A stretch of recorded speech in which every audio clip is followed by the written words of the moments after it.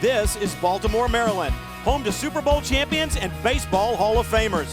But this weekend, the Mean City Streets host a pivotal round of the 2013 American Le Mans Series Championship. Today, hits and errors take on a different meaning, and there's no room for either.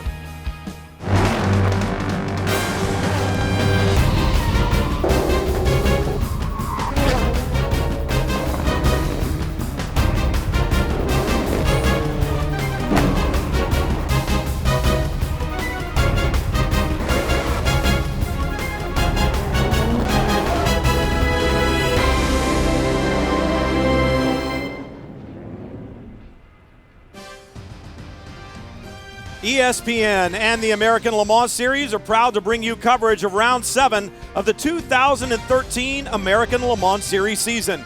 The Grand Prix of Baltimore, presented by SRT, is next. From just beside Baltimore's beautiful Inner Harbor, the drivers and teams from the American Le Mans Series are about to face a daunting challenge.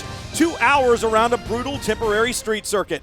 Thanks for joining us, everyone. I'm Brian Till. Alongside me this afternoon, former multi-time American Le Mans Series champion Johnny O'Connell. And Johnny, not only is the challenge the circuit, but time's running out in the season if you're looking at a championship from down in the order. Well, and we'll see right here. You know, championships are close. And in that opening, we saw the desperation, Brian, that drivers use here at Baltimore. And you got to remember, there's only 4 races to go. Now, those guys that are behind in points, they're going to start to get desperate and be taking chances that could give benefits but also be catastrophic.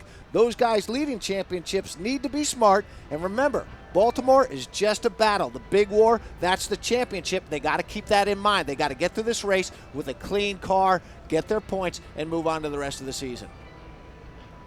We talk about the 5 different classes that compete in the ALMS, and in Prototype 2, Scott Tucker leads teammate Marino Franchitti by 4 points, followed by Scott Sharp and former teammate Guy Cosmo. I say former teammates Sharp and Cosmo because the silly season has already started, meaning that drivers are already beginning to line up their options for seats for next season. Justin Bell has more. Well, in every sport, certain teams and drivers become forever linked to each other due to success. Well, for example, my father, Derek Bell, he is always going to be known as the Rothmans Porsche driver, even though he won many races and championships for other cars. But this week, in a move that stunned the pit lane, Guy Cosmo left Extreme Speed Motorsports and jumped over to Level 5. Now, a lot of gossip flying up and down pit lanes, so we thought the only prudent thing would be to talk to both team and driver. I think the teammates weren't getting along, and Guy just felt like maybe the grass was greener somewhere else. So, I've always been, whether it's employees for ESM or for Patron, if you think you got a better opportunity to go somewhere else, I would never hold anybody back. Well, I've really enjoyed a great 3.5 years over at Extreme Speed, representing Tequila Patron. I mean, it's never an easy decision to make a switch like that, but, at the end of the day, there are enough signs telling me that it was time to move on. I found an opportunity. Fortunately, Level 5 had a seat available for the remaining races, and as difficult a decision as it was, I felt like it was the right decision for me. Well, P2 may be close, but Jeremy Shaw, P1 seems like that one has been closed out already. It is. The Muscle Milk team, they've been the team to beat all season long. Unfortunately, Dyson Racing hasn't been at all the races, but Muscle Milk has. And down in the Muscle Milk pit is Jamie Howe. While Muscle Milk Pickett Racing may have won the last 5 races here at Baltimore, they have never stood on the top step of the podium. Klaus, I know that that's something you and Lucas Lohr are vying for today, but you've always had issues here. How do you avoid those problems today? Well, to be honest, last year at this race was the last time that we had a mechanical issue. So we ran trouble-free since then. So obviously we want to keep that streak alive and do the same thing today and just be smart in traffic. And the Muscle Milk car was very good so far in practice and qualifying, and we don't expect anything else. When we talk about traffic at street circuits, I know that that's an issue for you guys because you catch the rest of the field relatively quickly. How do you manage that? I mean, you just have to be patient here. I mean, this is a place where lap time is very close together within the classes. So we probably have to be a little bit more patient than normally and just wait for the right place to overtake. In some areas, some of the cars in the other classes are really quick, actually, maybe even a little bit quicker than us in the prototype. So we just have to be, smart and run a smart race. And today they will have Chris Dyson and Guy Smith back in the number 16 Dyson. Chris Dyson standing here in the shade just before the start of the race. Obviously, the temperature is going to play a big factor today, but you're just saying in morning warm-up, you got the car much more settled for the race. Is that a good sign for you? No, absolutely. I mean, unfortunately, in qualifying yesterday, we had a red flag during our fastest lap. We thought we would be closer, and I think ultimately in the race, I think we're going to be stronger. We made a couple of steps overnight to anticipate the track changing. It does rubber in, and then the balance does tend to change a bit. So we're trying to anticipate that with the setup, and the car was very good in traffic this morning. You know, while P1 is all about really drivers' championships, to me the cool thing is the GT category, because that's about the manufacturers' championship. It's the reason that Ferrari, BMW, Porsche, Viper, and of course Corvette are here. And for more on Corvette, we've got Jamie Howe. Being at the head of the field in the manufacturer's chase is a position that Oliver Gavin and Tommy Milner are very familiar with. They did win both the drivers and the manufacturer's championship last year. So Ollie, at this point in the season, how hard do you guys push for that manufacturer's championship? Well, it's vital for us to get manufacturers points. You know, that is the #1 goal for Corvette Racing throughout this season. So we have to make sure that we're finishing well in front of the BMWs and the Vipers. You know, Porsche at the moment aren't so much of a problem, or Ferrari. But certainly we've got our BDI on both BMW and Viper, so that's the key thing for today, is to finish in front of both of those cars. So it's going to be tough, it's going to be hot, it's going to be aggressive, it's going to be turn one, it's going to be vitally important today. The last two races we've done here, the race has been pretty shaped by what happens at turn one, so we've been talking quite a lot about that and different strategies and what we can do. So yeah, there's plenty to try and figure out. Today, Ollie will line up second right behind number 55 BMW. Putting his BMW Z4 on pole position yesterday was Bill Oberlin with a blistering lap. Bill, anyone over 35 said, yeah, you did one for Team Mature. Team Mature. Well, hey, look, after 18 years of driving with BMW, over 500 professional races, and to get a pole and in this company, take a look at the depth of this field. It's crazy to have such a good Z4. I'm over the moon, totally happy. You know, we could actually see it in your driving style during that qualifying lap. It was very positive yet flamboyant. How does that translate to today's race? No more flamboyant. We gotta tighten the reins in. Yesterday, there are marks all over this car because we hung it out there, touched the tires, touched the wall, touched the other tires. I mean, it was all it had. Today, you got to pull it in. The walls aren't going to move. Somebody's going to move the tires, so that's going to get faster. We just have to make it live to the end, give it to Max, and let him take this thing to victory. To take this back 1 second, we've led this thing 2 years in a row. It's time to win it finally. And if any man defines winner in Wikipedia, it is Bill Oberlin. A lot of strong talk by the competitors already. We haven't even seen the green. The Preakness Stakes run here in Baltimore, but real horsepower, it's about to hit the track right here on the streets of Baltimore. We'll be back to more American Le Mans Series right after this. Rated E for everyone. We dream of speed, of pushing to the limit and beyond. We dream of racing the ghosts of history, of perfect passes and podium finishes. We dream to compete.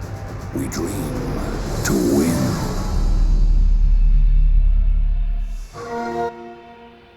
Xbox 360, starting at $99.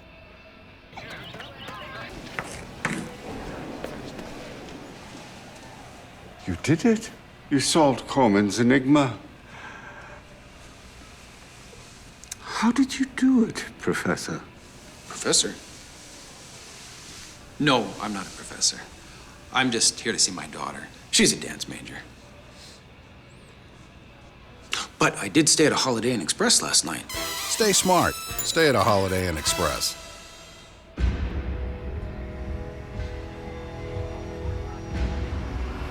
This isn't just a car. It's a legend. This isn't just a family. It's a statement. And this isn't just a brand. It's an attitude. This is SRT. Street and Racing Technology. ESPN on ABC coverage of the American Le Mans Series is brought to you by SRT. Whether on the street or on the track, SRT is designed to get your blood racing. Michelin, a better way forward. Forza Motorsport, where dreams are driven.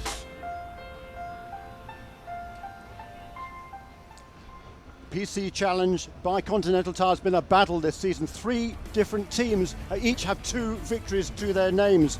But Michael Gouache currently is 5 points out of the lead. He is with Justin Bell. Mike Gouache, what a sensational lap that Dane Cameron put in yesterday to get pole in PC. But now your job is to start it off the front of the grid for your class. And that takes a lot of pressure, but you like street circuits. Yeah, I like street circuits. I've had some very good luck here. Not here, this is my first time here, but Long Beach, Three Rivers, and Star Mazda, I've done very, very well. So I'm glad to be up front because it's the melee is in the back. So we've got the GTs behind us. We actually got a couple P2s behind us. So we're in a really good position. Dane did a great job. Yes, it will be a very fast and furious start to this race, but Mike is in the right spot. He's in the right spot. GTC, one of the best championships out there. Love to watch the Porsches, Johnny. Yeah, these guys have got an amazing championship going right now. And, to discuss that a little bit, Jamie Howe. Jerome Bleckemollen and Cooper MacNeil are now on the offense when it comes to the championship points. They currently sit second, but Cooper, you're starting at the head of the GTC category. How important will that be on a street circuit? Here at Baltimore, qualifying is crucial. The starting position is very important because it's very, very difficult to pass at this track because of the tight walls and of how fast the track is. But we've got the pole position and we're starting up front, which is very important. And we've got to keep our nose clean in the start. I remember last year, turn 1 was kind of a crazy show, and we're just going to have to keep it clean and get through the first lap, and then the race will be on. As this team owner told me earlier today, you always have to have some luck on your side.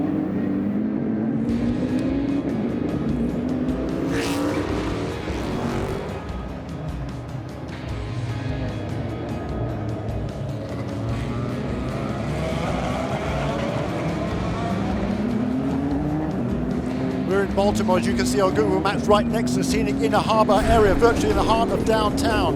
Hey, I'm Scott Sharp, driver of the Extreme Speed Motorsports 01 car. We're here in Baltimore, and follow me. I want to show you some of the more challenging aspects of this track.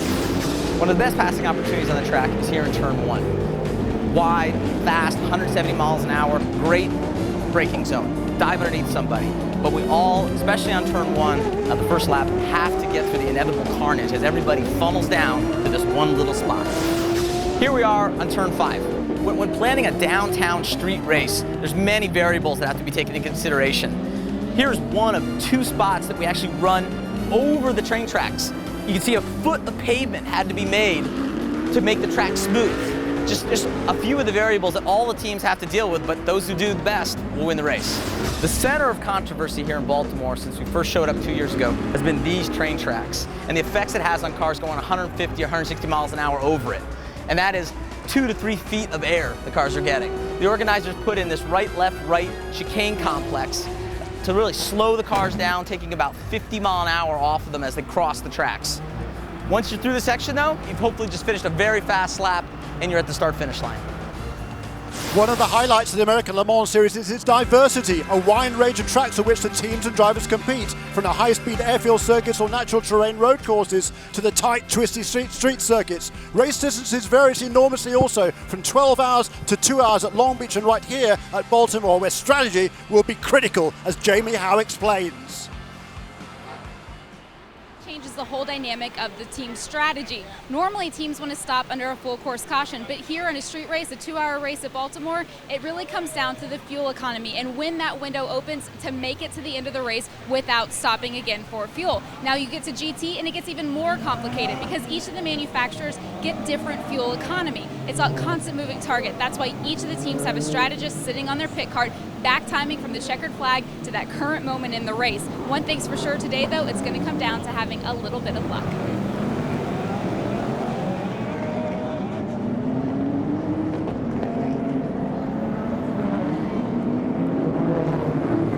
Well, folks, it is time for us to get serious about that, and obviously strategy is going to be huge today.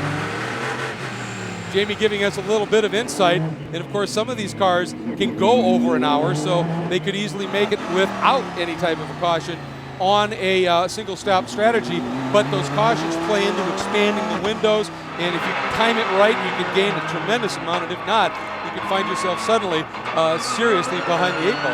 Yeah, it's going to be fascinating. This is one of the racetracks where you kind of have a problem or make a mistake earlier in the race. sometimes it can actually come back and work in your favor, ironically, but I don't know. It's going to be a great race this afternoon. It's a big crowd on hand. It's hot and humid out there. It's really going to be a workout for the drivers. This is a really bumpy racetrack, very physical. And I think I was talking to Chris Dyson this morning, actually. He's a little bit worried because the heat inside that Lola Mazda coupe, it's really hot in there. The drivers do take a beating. We saw Guy Smith earlier in the season struggling at the end of the race. I think it was in Lima Rock, wasn't it? So, it's going to be a workout for these guys, but I think we're going to have battles all the way through the field, and particularly the early stages where the GT cars are going to be quicker than some of the guys, particularly the amateur drivers in those PC cars. I think that's absolutely right. That was actually one of the concerns that they were talking about in the drivers' meeting based on past history here, notably the first turn incident last year, is everybody please be very, very cognizant of what's going to unfold. Okay, folks, here we go.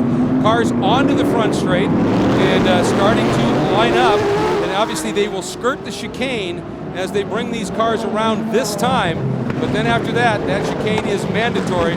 And watch for it, we're green, we are racing. Oh, and already a huge incident. 1, 2, 3, 4 cars, a huge, including our double defending race winner, the Falken Tire Porsche we're on board with, and a huge shunt. And I'll be honest, Jeremy, it happened so fast, I have no clue what happened. Suddenly cars were just everywhere. I have a nasty suspicion somebody tried to take the chicane, actually, because when you come up for the green flag here, all 3 GT Porsches are out in that, the Paul Miller car, the Falken car, and the Core Autosport car. The Risi Competizione Ferrari is in there, and everybody else behind that, well, they just bottle up and had to come to a dead halt. There also is Scott Tucker, the championship leader in P2. My.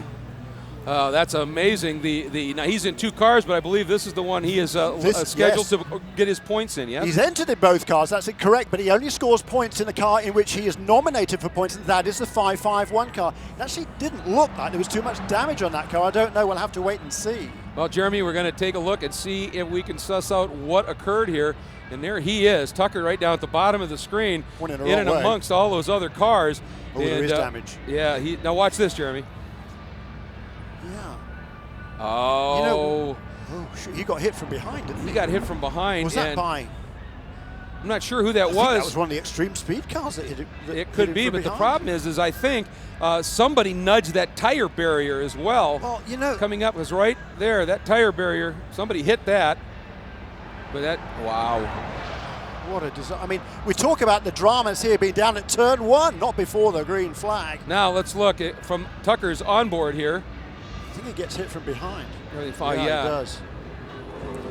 That's where that happened, and that's what caused it, because the next car in the scene was the 06 Core Autosport car, and he had nowhere to go. On board now the 93 Viper. Yeah, it was already, right as he went to the throttle, it happened. And they haven't even got to the green flag yet, these guys.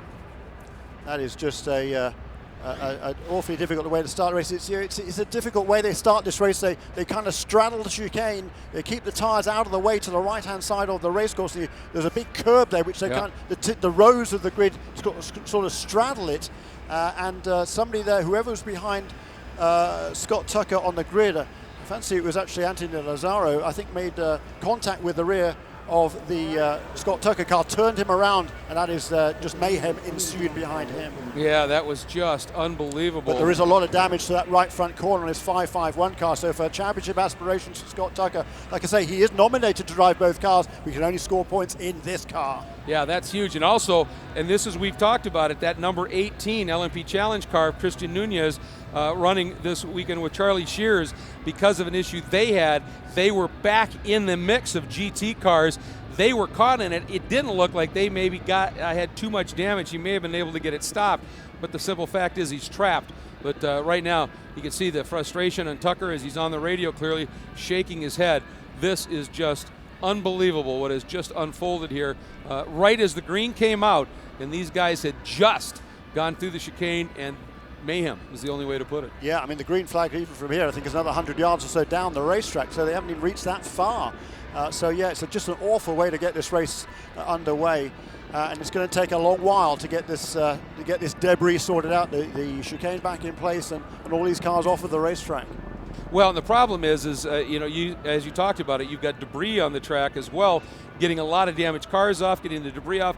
Also, all the moisture from these cars, punctured radiators and the like. Obviously, that has to be dried up, cleaned up somehow. Some of that will kind of do it on its own. But wow, I mean, just 1, 2, 3, 4, 5, 6, 7, 8, 9, 10, 11 plus cars involved, some damaged, some not, but all trapped. It's most of the field. I mean, Scott Tucker started on the second row of the grid, so on the third, you started from the third position on the grid. Yeah. Everybody behind him got held up with it pretty much. There's a couple of guys maybe on the outside got through, but oh boy, that is just such a shame to see so many really good race cars damaged in this wreck before we've even got going. Oh yeah, and as I said, one of them we're sitting here with this onboard shot, the only car that's ever won GT here from the Falken Tire Porsche team. That's a struggle. As you can see, a number of cars farther back were able to get stopped and probably don't have damage. And the good news for them, it was red flagged, which means that it was basically an aborted start.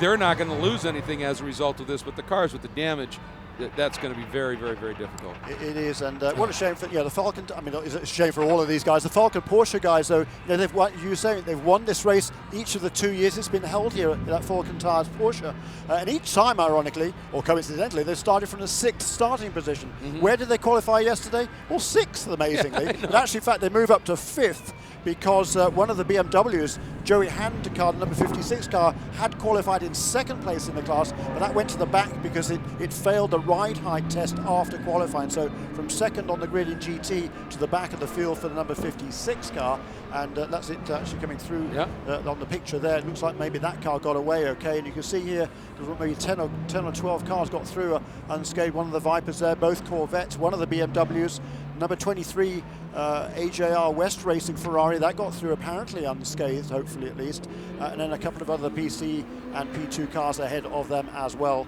as the 2 P1 cars. And if there is a silver lining here, it looks like all of the GT Challenge cars were stopped as they released them through. Every one of the GT Challenge cars, by my recollection, were escorted through all under their own power, driving away. Big concerns for them, I think, debris and tires.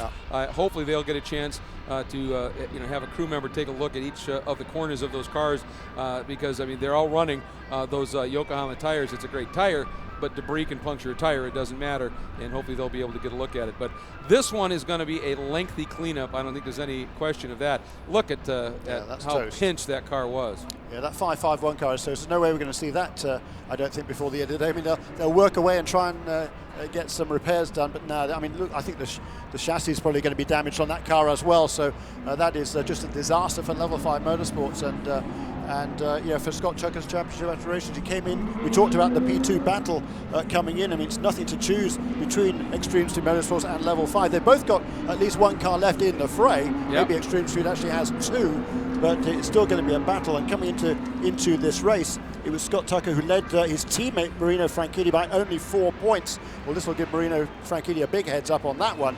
And then Scott Sharp now driving on his own, or rather with Anthony Lazzaro, rather than Guy Cosmo. He was another 4 points behind Marino Franchitti. So, if the 0-1 car of Scott Sharp and Anthony Lazzaro can come away with a good result here, if they can beat Level 5, then, it's game on in a teams championship as well. Yeah, unbelievable how this has just been thrown right now into complete chaos and all of the ripple effects it's going to have. And you look at the damage on that 551 Level 5 car. From the replay, it was hit virtually. I'm sure that Paul Miller Racing car was on full acceleration and just clouded him near head on, and a huge damage to both of the cars there. That black car with the 48 you could just see centered left of your screen was the car that, from what I can see, got in to Tucker's car through no fault of that driver. That car was turned suddenly and he was hard on the throttle, and then the domino effect. But just huge damage to so many of these machines here. We're getting at, well, here's who we know at this point, or we believe at this point, is involved, and you can see it's a pretty comprehensive list. Certainly the GT category here has been decimated. Yeah, it took out a bunch of those cars. You're right. The Porsche, certainly the Ferrari, the Racing Competizione, the Falken Tire Porsche, all 3 Porsche we talked about already. It looks like the number 22 Alex Job Racing GT Challenge car, maybe that was involved as well. And that's that's a disaster for that team because they came Well, I into did the see points. that car drive out Did though, under you? its own power, but it was involved. But I think they got away with it. Okay. Essentially, they lucked out in this melee Because they were 4 points behind Yeah. the Flying Lizard car of Nelson Canachet Jr. and Spencer Pumpelly coming into this weekend. So they really need to get a good result here to keep the pressure on Flying Lizards. What a day! I mean, for Porsche, this is just staggering. The damage that's been done here, and at a track where you know that a Porsche was going to feature. Certainly. Yeah, they always go well on this sort of street circuit because they get the power down really well. They've got a massive amount of experience running these cars. I mean, the 911 concept is 50 years old. Not saying this 911 is 50 years old, but the concept is, and they've kind of got it working fairly well over 50 years, I would say. And you're right, it does. It's a sort of car that does suit this racetrack very well. In each of the first 2 practice sessions, Patrick Long in that 05 car for the Core Autosport team jumped to the top of the charts in GT. He wasn't able to quite match that in qualifying, I think, for a variety of reasons. I think he was kind of caught out by a red flag in that session. But certainly that Core Autosport car was very, very fast coming into this race. It's a real shame that car isn't apparently going to be able to compete this afternoon. That's a 06 car. Tom Kimber-Smith started the car. He was going to hand over to Patrick Long, who's he's a huge amount of experience. He's been a factory Porsche driver for 10 years, and he was looking to take advantage of that experience here this afternoon. Well, yeah, I mean, as you said, both of the practice sessions, right at the end, that car went to the top of the chart, so it had speed. There we're looking at Chris Dyson on board that Lola, and he was concerned about the heat. Now he's just got to sit there in this heat as well. It's going to be tough. Here's the thing. The clock at one point had stopped and was not counting. Now it is counting down. We have yet to hear officially whether there's going to be any time added to this event or whether this is just going to be taken out of the 2-hour window here. Estimations are ranging anywhere from 15 to 25 minutes on this cleanup. And tell you, I mean, I'm impressed by what I've seen already in terms of how fast they've got a number of those cars up on those rollbacks and out. But remember, there's a lot of debris, as you pointed out, to get cleaned up on that straight as well. Yeah, there is. There's a lot of bits and pieces there and bits and bobs. And we saw even at Road America what the damage is. There's Scott Tucker. He's out of his car and already back to the timing stand here. So he's going to watch the end of the race. I don't know whether he'll hop into the 552 car at some stage in any case. I doubt it because it's not going to do him any good in the championship point situation. So might as well keep the 2 drivers that are set to drive that 552 car, that being Marina Franchitti and Guy Cosmo this afternoon. It's ironic, isn't it? Guy Cosmo maybe is going to score some points and Scott Tucker isn't. And we just had a shot of Mark Goossens on the 991. There we are looking at Joey Hand on the number 56 BMW, who, if they're, for them, there was a little silver lining at the very back. Didn't get caught up in it, had to come to a stop, but we're able to continue. Now, let's watch this from Anthony Lazzaro's onboard here, and let's see, we think he may have been the one that got into the back of Tucker, but the reason might be why. Look here, coming through the chicane here, green flag comes out.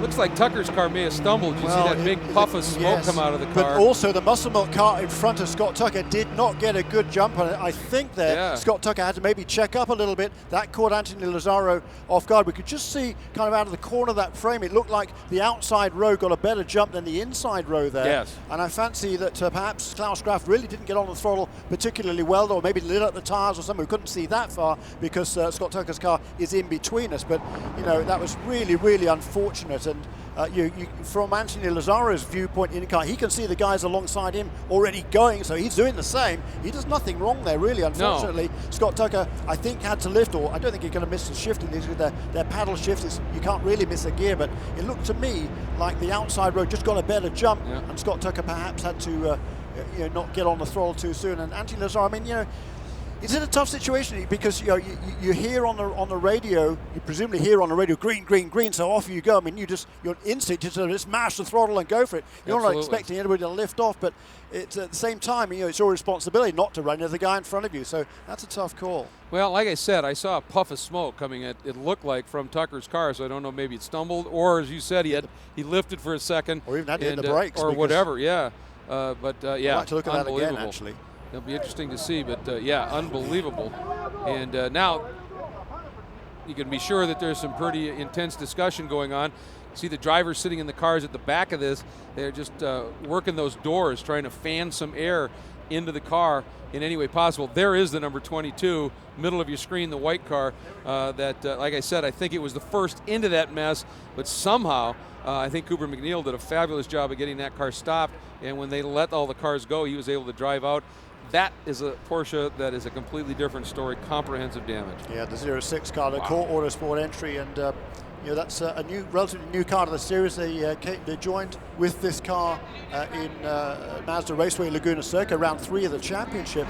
And of course, Core Autosport, they won the PC championship for the last couple of years, spreading their wings. They're looking to get into bigger things in the future, so you're kind of moving into the GT class this year, to getting their feet wet with an ex-Flying Lizard car, and that car has been fast in most of the races that Patrick Long and Tom Kimber-Smith has been driving. So they had very, very high expectations, I know, this afternoon. Yes. And to see all that damaged front and rear on that car must be very dispiriting. Yeah, and as you can see, I mean, we've got a lot of cars that have already been moved, and there's still plenty that are sitting here, so this cleanup is going to take some time, I fear. We've still got the Risi Ferrari was still there, the Paul Miller Porsche as well. So there's at least 2 cars that are still dead in the water and not been moved at all yet. The toughest thing is right now is these guys that are just sitting in these cars, just getting baked right now. No airflow, nothing moving around. Just have to deal with it. And the other side of it, the reality of it is we still have a race that is going to unfold. When will it start? How much time will be left in the race? Right now, all of the strategists, the engineers, are just poring over things, trying to figure out, now what are we going to do in terms of our strategy? I think if the clock is continuing, we're sure into a one-stop race for everybody. But how is that going to unfold? Oh, boy. Well, that's right. And in the Pro-Am classes, that's P2 and PC by Continental Tires, and in GTC, the Pro-Am classes, the silver driver, the least experienced driver, has to complete a minimum of 40 minutes at the wheel of the car. So once the clock hits 40 minutes, they could legitimately change their driver and just run to the end of the race from there. In the Pro classes, that's P1 and GT, the minimum driving time for the race is only 15 minutes. So actually, even now, they could come in on the pace lap, they could change their driver and go to the end of there and not have to worry about making a driver change later on. Wouldn't be much fun for the driver who hasn't yet completed even a racing lap, but under the letter of the rules, that's what they could do. Well, it's certainly going to be interesting to see how it unfolds. All those cars right now are just stopped on the straight. So once they get the clear, are they going to be able to go into the pits, or will it just be basically a pace lap will ensue? If you go in, you lose position. Those are some of the things that are still going to be sussed out. At least we are at the point now you see the big street sweeping machines coming out to start that debris cleanup, I think. Yeah, they can at least clean sort of one side of the racetrack, perhaps. We've got the Ferrari and the Porsche here on the kind of the outside of the racetrack. Maybe can start cleaning at least on the inside and get some of this debris away. But I talked a little bit about the debris earlier on, even at Road America. We saw at the end of the race at Road America a couple of weeks ago, there was a big accident that was caused effectively by debris. We'll come back and talk about that in a little while. As we see here, a vacant cockpit, and we're going to be still under this cleanup for quite a long time. Yeah, and away from the track, it's gorgeous here right now. Yeah, obviously, the Inner Harbor, it's just beautiful, but an awful lot has happened here, obviously, in the first few moments of this race, and the cleanup is just going to continue for a little while. There's not much that can be done about that. Obviously, we saw one of the SRT team members carrying one of those machines, and or one of the hoods of those cars. So I don't know whether that was for the 93 car, which was definitely involved. If that's been looked at, if the damage was looked at it, and they said, well, maybe we'll be able to make this happen. It's going to be interesting to see. There's a look at the cars, just sitting and waiting once again, trying to determine exactly what the plan is going to be here. If the clock has continued running unabated, and that's how it is, we're at an hour and 42 minutes remaining. So that's where the clock count is right now. I think that's what we're going to be stuck with. I think the clock has started. The green was out, so the race was underway. So it has officially started, and I think with the terms of everything that's agreed here, the race has to finish right on time. So I don't think we've got any choice about that matter, unfortunately. Well, being, obviously this is a street circuit, and they want to be able to open things back up for businesses, and usually there's a set time that is established in the sanctioning agreements that action will cease on the track. There's a concert that's scheduled to start this evening as well. So lots yet to unfold, and there is the cleanup as it continues right now here on the front straight. A number of cars involved, a few of them still out there, but I think they have done, all things considered, a pretty decent job of getting these cars cleaned up just a little bit. So pretty crazy stuff right now.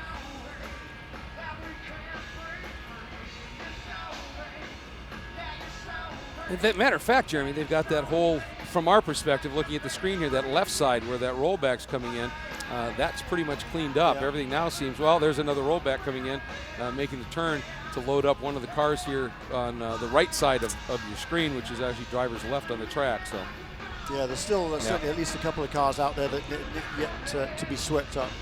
Now, in the American Le Mans Series, teams must start the race with the same tires they qualify on. This can be challenging. Jamie Howe is with SRT's Russell Rudicelli, who explains how this plays into their strategy.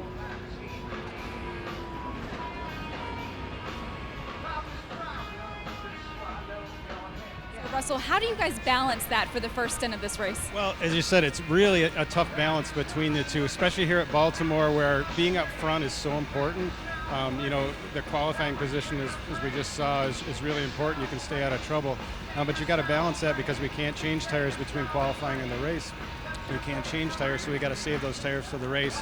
And this race is set up that if something like that didn't happen, we could do it in one stop. So you want to have really good and fresh tires when you go out. And they did split the strategy in qualifying. Of course, right now, though, all of the weight rests on the car number 91 shoulders.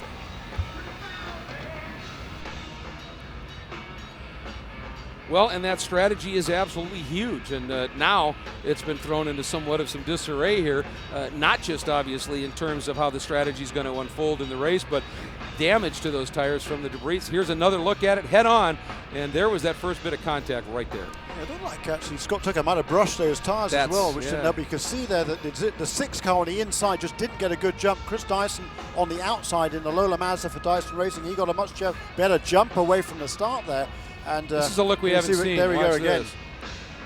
Yeah, you Boy, see, slow start. Yeah, you've got to assume that the green flag was out. Chris Dyson got on the throttle. We can't see whether the green flag was out, so whether he jumped the start or not, we don't really know. Now we go on board, I think. This is Anthony. Look, now watch that puff of smoke, too. Lazar can hear it. He'll be able to hear them saying green, green, green over the radio. You can see the guys on the outside going, so he does the same thing. And unfortunately, the Muscle car, as we surmised, did not go at all. So Scott Tucker, he's just waiting there, waiting for. Here we are. You look at those two guys in the front row. There goes Dyson. And yeah, man, that's. Oh man, that was Tom Kimber-Smith, wasn't it? Yeah, that was Kimber-Smith. And there was Cooper McNeil getting it woed up.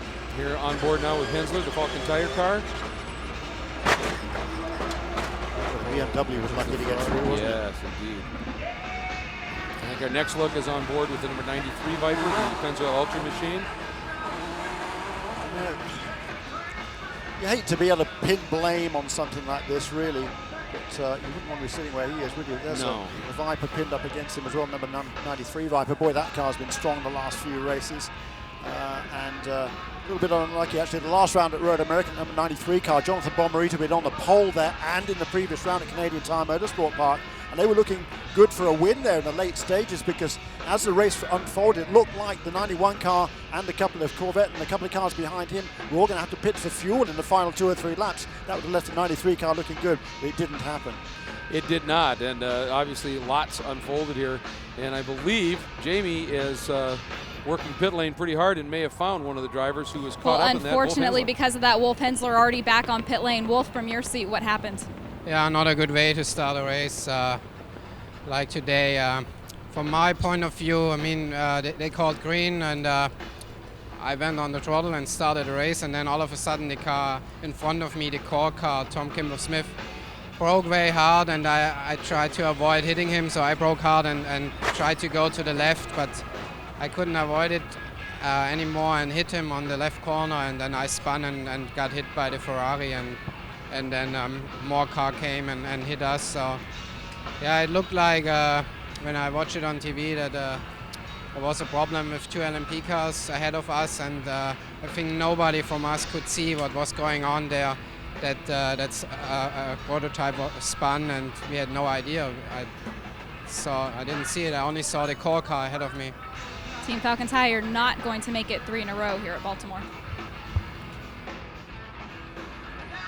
Well, I think that look right at the end pretty much said it all. Just could not believe what has unfolded here, and they're done. You know, they've had 2 wins in a row here, and that three-peat just not going to win. No, it's not going to be a hat trick for those guys. I hope maybe you could hear the interview. We couldn't, unfortunately, in our booth here, but you could certainly see from the body language there from Wolf Hensler, another long-time Porsche factory driver, that the three-peat is not going to happen. And what a shame, because that team started off the season so strongly. I mean, the first 3 or 4 races, they were right there at the front of the pack. The last couple of races, they've really struggled. This weekend, they're back on the track at which they've won the last 2 years, looking good again and in good position. The strategies were all looking pretty good. The tires were working extremely well here on the streets of Baltimore. And unfortunately, it's not going to happen for that Falcon tires, and we're going to have a new winner in GT by the end of the day. Well, I think that's when the frustration is at its peak, isn't it? You're coming to a track that you know you've got a shot at. You've won there before. It's a track that works for your car. Everything's good, and you don't even get to complete a lap. Yeah, so frustrating. I mean, gosh, yes. Another team that's been struggling, obviously, is the Risi Ferrari team. But meanwhile, let's get down to Justin Bell, who's with Scott Tucker. Scott, that was one of those accidents that, while it was carnage to mechanical parts, it could have been far more serious from your point of view. That was a very close shave. Yeah, it was really an unfortunate situation there. Still kind of trying to understand exactly what happened. Pretty serious, though. Yeah, when you got spun round, I know you had to check up because you were keeping a lovely distance to the car in front, as you should. You just don't anticipate getting hit from behind like that. But obviously you had no idea of the sort of catalytic sort of reaction it was going to cause. No, I got hit from behind, and it pushed me in the wall and spun me around, and then the next thing I know, there's 3 or 4 GT cars coming straight at me. When you're in a prototype, and just tell the viewers the nature of a prototype, it is like a wedge. It's like a takeoff ramp, especially for a GT car. Going through your mind at that point, you've done all the braking you could. What was that going through your mind at that point? I was actually sitting there, almost stopped, and I didn't know what kind of speed he was coming at, but I knew it was going to be a big hit, and unfortunately, I don't think he was going fast enough to really do anything except really just crumple the front. But at a higher speed, it probably would have been more serious. Well, most importantly for your friends and family is that you're okay. Thank you. So again, Scott Tucker is out of the race again. We couldn't hear that, so a bit of technical glitch here, which we apologize. Here's the points coming into this race. Scott Tucker led with 109 points. His teammate Marino Franchitti just 4 points behind him, and then in third place, tied in points obviously coming to this race, previously driving together, Guy Cosmo and Scott Sharp in Extreme Speed Motorsports car number 01, but Guy Cosmo left that team at the early part of this week, then got an opportunity to join level 5, and so Scott Sharp will be on his own, well, at least in terms of that pairing, until the end of the season. Tough day here in the early going at Baltimore.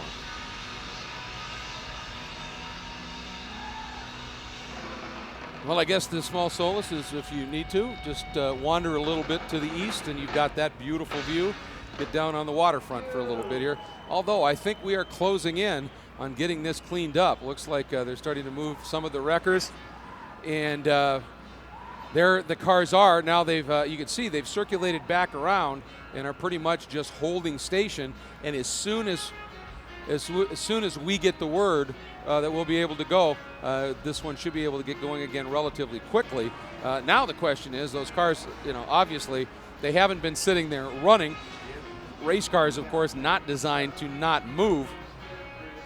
And what happens is, if you have the engines running, they'll just overheat in a heartbeat. So they've all shut down. Now, one of the things in the American Le Mans Series is every time you do a pit stop, you've got to shut the car off and then restart. So they all have onboard starters. But just sitting there like that for a while, hopefully every one of those cars that made it through okay and will be able to continue is going to restart. and we'll be able to get this one going. All right, we're down to our last little bit of cleanup, but you can see the amount of debris that was deposited and all of that dust and clag and the like that they are trying to clean up. But I take this as a good sign, Jeremy, because now they're working on both sides of the track, which means it must be pretty close to getting done. Yeah, but look at all that dust. Oh, that is incredible, isn't it? The concrete surface, of course, here. And they've done a little bit of grinding to try and smooth out some of the bumps, so that kind of chews up a little bit more, makes a bit more cement dust down there as well. But it's not quite as bad as it looks from that on-board picture. But you know, it's it's a great shame to start the race like this. But yeah, they've got to work now to clean that track. An opportunity here to talk about that little bit of debris that had its effect, as we see number 48 car coming back on the wrecker as well. A lot of damage to the front end of that Porsche. But the number 11 Hertz JDX racing car at Road America crashed right in the late stages at turn 1, a complete brake failure for Jan Heylen. And the reason they had the brake failure was nothing to do with the braking system. It was the fact that a bit of debris got in underneath the front of the car. It loosened a bracket in there that was holding the brake duct in place. And there was a bit of metal that was sort of flapping around, as was the brake line, and it sort of chafed through the brake line, and that burst that brake line just a couple of laps from the end of the race. No brakes when Jan Heylen turned into turn one. I spoke to him about it yesterday. He said, what was it like? He said, I thought I was going to die, and he was really serious. I mean, that was a very frightening accident for Jan Heylen. Fortunately, all the systems, both on the track and the car, did their job. The car actually wasn't that badly damaged, despite the fact he went head on into the tyre wall there, having gone through the gravel trap also at high speed. But a testament to not only to what the track has done at Road America over the last several years, but also the integrity of these Porsche 911 GT3 Cup cars. Boy, I'll tell you, just saw the look in Antonio Garcia's eyes sitting in that CompuWare Corvette. They're seriously getting overheated just sitting here. There's nothing they can do. And, you know, they are so amped. They are coming around that last turn, getting ready to go green for an intense stint on a brutal racetrack for perhaps an hour or so, and suddenly they're just stopped. Just does amazing things to your adrenaline flow and your emotions. Yeah. There's Chris Dyson there, he's ready to go. He made a great jump at that start. I mean, you've got to assume he didn't jump the start, but why Klaus Graf didn't get on the throttle? I guess he was trying to persuade the starter, look, hey, Dyson's already jumped the start here, so let's not throw the green flag. But you know, we couldn't see. We haven't seen. We haven't seen a replay. There's a lot of gamesmanship goes on at the start of these races, particularly with Chris. He's obviously always trying to get an advantage. We've seen a couple of times this season. He's made great starts. And a couple of times they've had to wave off the starts because one or the other jumped a little bit too soon. But I'm sure we'll hear more about that. If there are any penalties to be assessed, then they will be once we get back to racing again. But we certainly haven't heard anything about that because all of the emphasis so far has been getting the track cleaned up and ready to go back to racing. Well, that's a good point, isn't it? We've seen on occasion, you talked about the Dyson car gets a great start, and even though it may not really be quite as fast as that Pickett car on that specific track, these guys are good and they know how to drive and make it difficult to pass, and have been able to keep that Muscle Milk Pickett Racing HPD machine at bay for a while. And I wonder if Klaus was just going, well, that was, in my opinion, a clear jump. If I lay back just a little bit, they're going to have to wave the start off, and unfortunately that didn't happen. Again, that's just pure speculation, obviously, but looks like they're starting to get the street sweepers and get them moved. So hopefully we'll be able to get this one back and underway here in relatively short order here this 7th round of the American Le Mans Series presented by Tequila Patron. And we're getting a good indication from some of the officials that it's maybe time to start getting the cars buttoned up. Doors are starting to close, always a good sign. Yeah, it certainly is. And we now just a couple of minutes or so to go before the green flag will furl again. Absolutely, and we saw that impact into Scott Tucker's car was the 06 Core Porsche. Tom Kimber-Smith was on board. Justin, what's he saying? Tom Kimber-Smith, you must have had the most terrifying sight any driver can have, and that is face-to-face with another car at the start of the race. It could have been a lot worse, couldn't it? No, definitely, and I mean, I'm just really happy that everyone could walk away from that incident. It definitely wasn't a nice feeling seeing a car facing me in 4th gear when I was in 4th gear. So luckily Scott's okay, and we can all walk away from that. We were just talking a minute ago, interesting thought you had about when Tucker would have gone to power, he would have been on the tram lines. When Lazzara went to power, he wouldn't have been. So there probably would have been an increased acceleration from the car behind. that may have played a factor, but the train lines are a problem on the starts, aren't they? No, definitely. I mean, all weekend when you exit that chicane, you go across the tram lines, and we always have the traction control kicking in. So on the restart there, Tucker would have been going to power thereabouts on the tram line, so I don't know if that hindered him, and the ESM car ran into the back of him, unfortunately. But you know, like I said, it's not a nice feeling approaching a car facing you. You know, you're used to that on the roads, but definitely not on the tracks. As I said to Scott, most importantly is that all of you are okay, but there was probably $1 million of damage out right there this afternoon. So anyway, well done. Yeah, and we talked there about the whether the train tracks had anything to play in that role. I don't think they did, quite honestly. I think the main factor there was the fact that Klaus Graf did not get on the throttle, and Scott Tucker was trying to, clearly, because he could see his car leap forward, and then Anthony Nazaro was just following him, and all of a sudden Scott checks up, and Anthony's right into the back of him. So I think that was caused by, for whatever reason, Klaus Graf not getting a jump away from the start. Well, as Tom was saying that, the thought that ran through my mind was that puff of smoke, if that was him hitting the traction control. But I think you're right. I think it all started with he went and then had to check up, and Anthony went too, and boom. I mean, they're pretty close quarters, and it's pretty fierce stuff. There's a look at Bill Auberlen, who one of the reasons you like to qualify up front is he was able to escape all of that and was through. Yeah. Although, as they stopped them on the track, he was actually sitting third in the GT line behind the two Corvettes as they've stopped them here, but we'll get that sussed out in just a moment. Yeah, but that was just the third pole position for Bill Auberlen in 113 starts in the American Le Mans Series presented by Tequila Patron, which is amazing. He's only had 3 poles in all that time because he's a very accomplished driver, and it's not as if he isn't fast with it as well. But such is the luck of the draw. He just hasn't been in the fastest car at the right time in qualifying, perhaps on too many occasions. But I know he enjoyed that pole here yesterday, and he's looking forward to going back to green here. We're hearing now there might be less than 5 minutes before we're going back to green. The pits will be open, and anybody can make pit stops will be able to. And our clock in the booth here has been reset, so we're not quite sure what is going on with the time of the race, but we're assuming that since the green flag was shown, presuming the green flag was shown originally, that the race is going to be underway and just kind of resume where it left off. But we'll have to wait official confirmation from that. Yeah, so it sort of sounds like what may be happening is they will open the pits, but it's not just go in, everybody goes in and checks. It's if you want to. If you do and others don't, you'll give that position up. So interesting to see. But that's, the race officially, I guess, had started. And so now it's just a pit stop. Yeah, and assuming the race had started, then we're probably sort of 35 minutes in, and you can make pit stops now and change drivers if you want to, particularly the professional classes, the P1 and the GT, because it's not yet 40 minutes unfolded. It might well be 40 minutes by the time we get back to green, in which case the amateur driver will have fulfilled his 40-minute minimum. Okay. So again, we'll have to wait and see, Greg. Yeah, that's going to be interesting to see how that pans out, to be sure. Well, having a look there at Enrique Cisneros, who's sitting on board one of the Porsches in the GT Challenge category.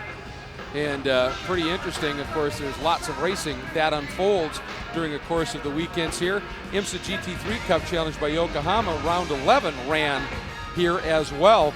And they put together a pretty amazing bit of racing here as it unfolded as well. So these Porsche cars have seen lots of activity here in the streets of Baltimore.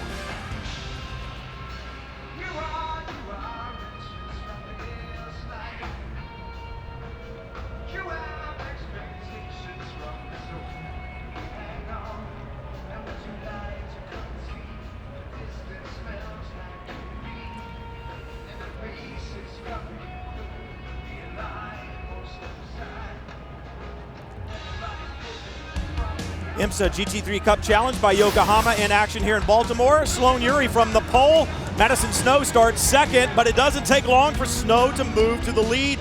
Uri spins and then later into the wall. That's going to hurt his championship hopes. Look at this battle for second. Brett Sandberg locks him up. David Ostella goes by, and then nope. Sandberg makes the pass, but Ostella brings the fight back and eventually takes over the position. Sandberg trying to bump his way forward, and he spins. That's going to hand the lead and the victory to Madison Snow, extends his championship points lead, and the celebrations begin from Baltimore. There a look at your results. We'll be back to more American Le Mans Series from Baltimore after this message and a word from our ABC stations. Rated E for everyone. We dream of speed, of pushing to the limit and beyond. We dream of racing the ghosts of history, of perfect passes and podium finishes. We dream to compete. We dream to win.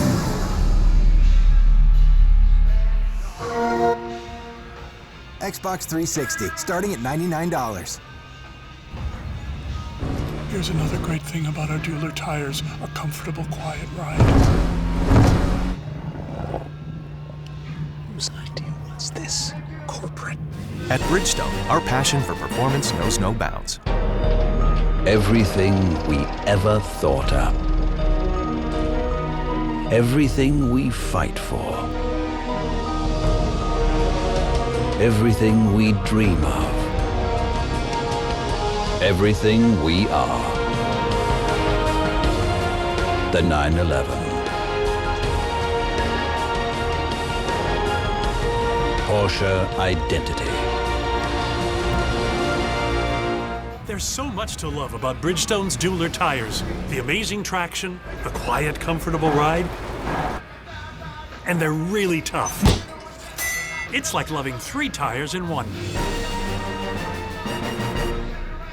Now relax. Let the chi flow from the inner Zhang Fu organs outwards as the needles open your meridians. Oh, it feels so good. I really thought the needles would hurt. So did I. I hate needles. That must make it hard to do what you do. Oh, not really. I deliver paninis. He's the acupuncturist. But I did stay at a Holiday Inn Express last night. Oh. Stay smart. Stay at a Holiday Inn Express. Power is hypnotic. We're mesmerized by it, spellbound by it. In its raw form, it is just unharnessed energy. But in the hands of those who understand it, revere it, and know how to bridle it, it can become one of the strongest gravitational forces in the whole universe. So why are we drawn to power? Because we can't stop it.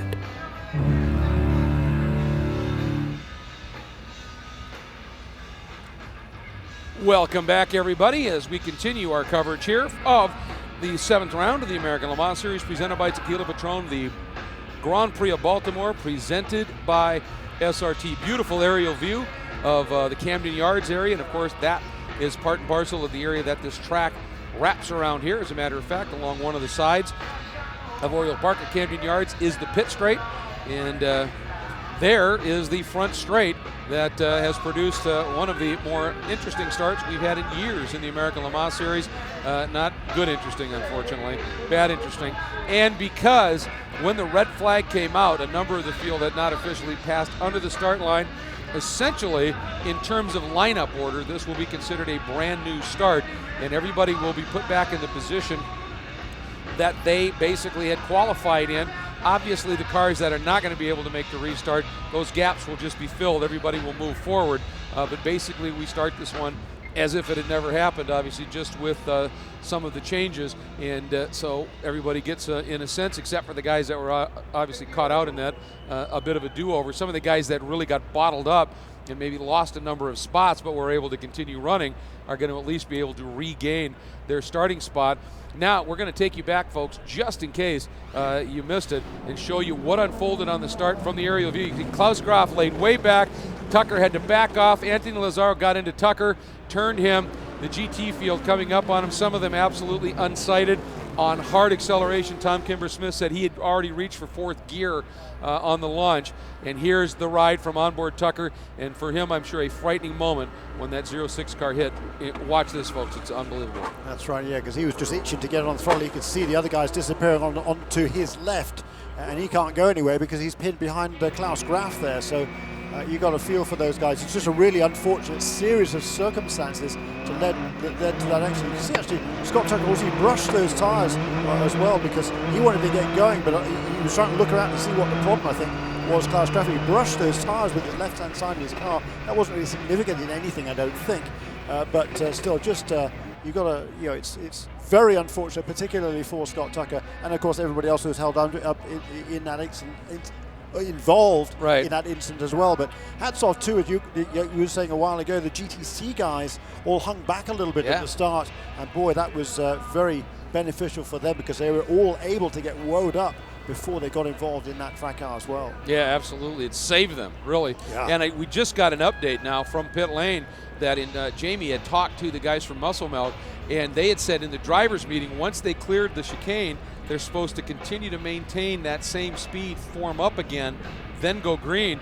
And apparently once they all went through the chicane, Chris just took off, and Klaus was laying back like he thought he was supposed to do. That's coming from Muscle Milk, but they said that was actually discussed in the drivers' meeting. So obviously, things interpreted as they're interpreted by different teams and what happened, but a couple of interesting stories coming out of it. Yeah, absolutely. I'm sure it wouldn't surprise me to hear something like that for sure, because Klaus Graf is he's a proper driver. He's not he's not out there to play games. He's out there to go race. So I can't imagine him trying to pull a fast one there. I don't think some of the drivers are going to play games at the start of the races. I don't fancy put him in that category. So I think Chris Dyson was just trying to get a jump on it, and the guys behind, they're itching to get going. They can see the guys on the outside going. So like I say, it's a really tough call there, but ultimately, it is the guy behind whose responsibility is not to hit the guy in front. Yeah. I'm with you on that. Klaus Graf, he's one of those drivers that all he lives for is getting that right foot matted as often as possible. So he's not going to sit back and but at the same time, do that. But the little turbo engine, that Lola Mazda, that spools up pretty quick, and it gets up to top speed pretty darn quick. So Klaus Graf doesn't want to be jumped by the Lola Mazda away from the start. So as soon as he could see, he reckons, I'm sure Klaus Graf reckons that Chris Dyson was on the throttle way earlier than he should have been. And I think that's exactly what Jamie was reporting from the Muscle Milk perspective of things. So how the officials will look at that, whether they will make a call on that, of course we will have to wait and see. We've not had any word on that, not even actually on how long the race is going to be before we get restarted. Our clock has just restarted again in the booth. It's showing 17 minutes down and 1:43 remaining, but it's not progressing either. So I'm afraid, guys, we can't really fill you in on much of the details here, unfortunately, because we're not getting the information to pass along to you. As soon as we do, we will. But in the meantime, at least the good news is we are getting ready to go back to green flag racing, and when we know what the rules are, we'll pass them along. Well, and I think in defense of everybody involved here, and I'm not talking about the cars on track, you have a lot of plan A, B, C, Ds and everything ready in case something unfolds. But on a street course, there's so many unique things that are part and parcel of an event like this, and you've got your backup plans, but I don't think anybody necessarily has a plan that is clearly established for 8 cars to be decimated on the front straight at the start, and how that's going to replay. So we're just waiting. I'm sure the officials are poring over rule books and agreements and the like.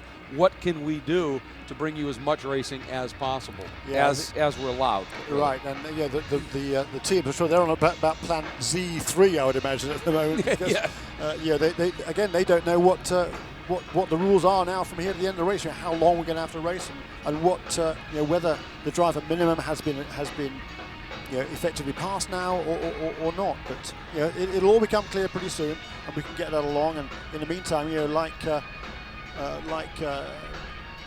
Bill Auberlin here, we're just going to have to wait until we can get back underway, and it's going to be a good race. Unfortunately, we're going to be down a few cars.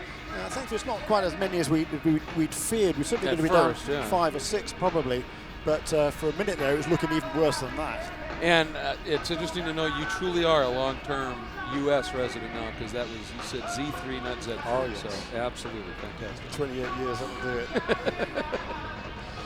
Now you can see they are still working on forming up the restart line here, and we are just waiting to get confirmation on when that will happen, and when it does, what the length of the race will be. And I'm sure strategists abound right now on pit wall that are looking for that same bit of data And here you see, I think this is a great idea. You've got some of the International Motorsports Association, which is the sanctioning body of both the American Le Mans Series presented by Tequila Patron, as well as the IMSA GT3 Cup, and some of the other series, some of these safety crews, having a good look underneath these cars at tires and the like, just to make sure that there aren't pieces of debris that may have been embedded somewhere. Well, I think they haven't that's come very through the cautionary. debris field yet, these guys, because they stopped coming out of the final corner before they got to where the debris field is. So they haven't yet had an opportunity to run over, thankfully, where the most of the debris will be. So there shouldn't be any issues yet. The question is now whether they can get all that debris out of the off the racetrack, and particularly bits might have been wedged down inside those railroad tracks. So that'll soon get sucked up by the aerodynamic force of the cars as they go over there. So if there are little bits of shards of carbon fiber or bits of metal or whatever, they'll soon get sucked out of there, and that could cause issues later on. But let's look on the bright side of things and hope they got as much of that debris out of the way as they possibly can. I think that's the good approach at this stage. Yeah. Is let's be positive, right? Yeah. Another view of that inner harbour area. It's so cool around there. All sorts of things, great restaurants and museums and boat hire places down there. It's very, very cool. I must admit, really impressed. And when you look at an area like this, you think, boy, we need to preserve it. And of course, that means being environmentally friendly, green. And one of the things that the American Le Mans Series is about is being the world leader in green racing. And it embraces the Michelin Green X Challenge.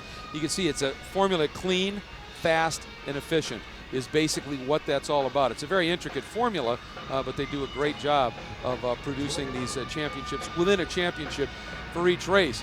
Now, here is a look at the SRT machine, and SRT Motorsports coming off a big win at Road America in this number 91 Viper, a huge improvement from where they started a year ago. Bill Riley is the SRT Motorsports director, and he told us earlier how they got from chasing the target to being the target.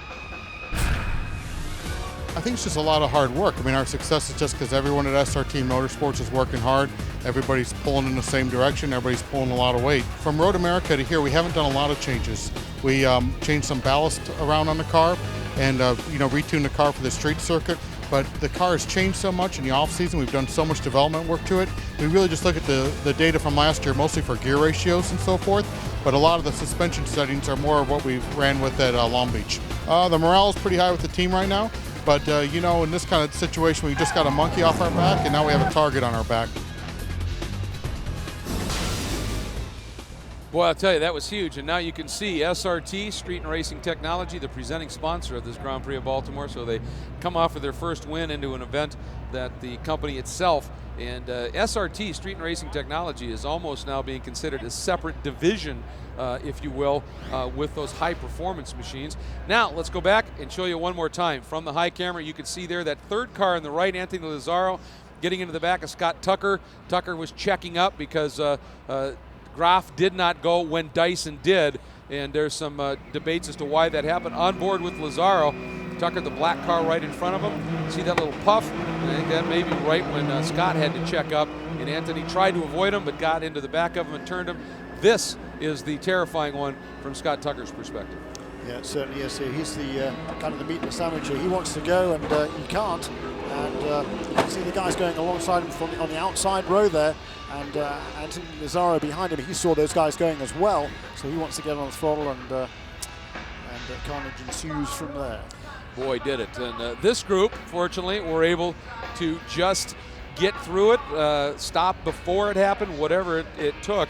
And they were the lucky ones, obviously. They were able to get going and were able to come out and resume position here. So we're getting fairly close now to the restart here. You can see lights actually now on the pace car, and the field getting very close. We're just getting those last few cars at the back lined up in proper order after a quick inspection on those cars. Again, when they get released now, will be under basically a pace car scenario. Pits will be open so they can duck on in if they want to, and at that point they will be able to stop in and make any changes to the car that they may need to do. So hopefully most of the cars will not have to necessarily take advantage of that. Just getting these cars back in position and ready to go. And it looks like we're pretty much there because there is the number 56 BMW, and here comes the last car, the number 27 Tully's coffee entry. That is Patrick Dempsey's team, Dempsey Del Piero Racing. I believe they had to change some tires on that car, and the rule is to the back, but there's a reason for those tire changes. Yeah, there is a rule for this tire. A big crash that Andy Lally had in qualifying yesterday did a lot of damage to the front of that car, so yeah, they changed the tires on that number 27 car to the back, along with the BMW that was put to the back because it failed the minimum ride height test at the end of qualifying after initially having set the second fastest time in GT. So yeah, those are the two guys at the back. So hopefully now we're going to go back to green again. I've heard, just saw a note here on Twitter that perhaps the officials have said that we are going to be able to race a little bit longer. We're just hearing word now over our headset. We're going to be able to race until 6 o'clock.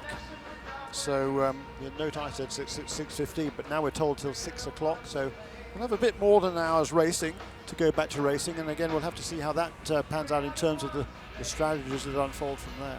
Yeah, exactly. And the one thing that I'm wondering was something you alluded to, those minimum drive times for the amateur drivers.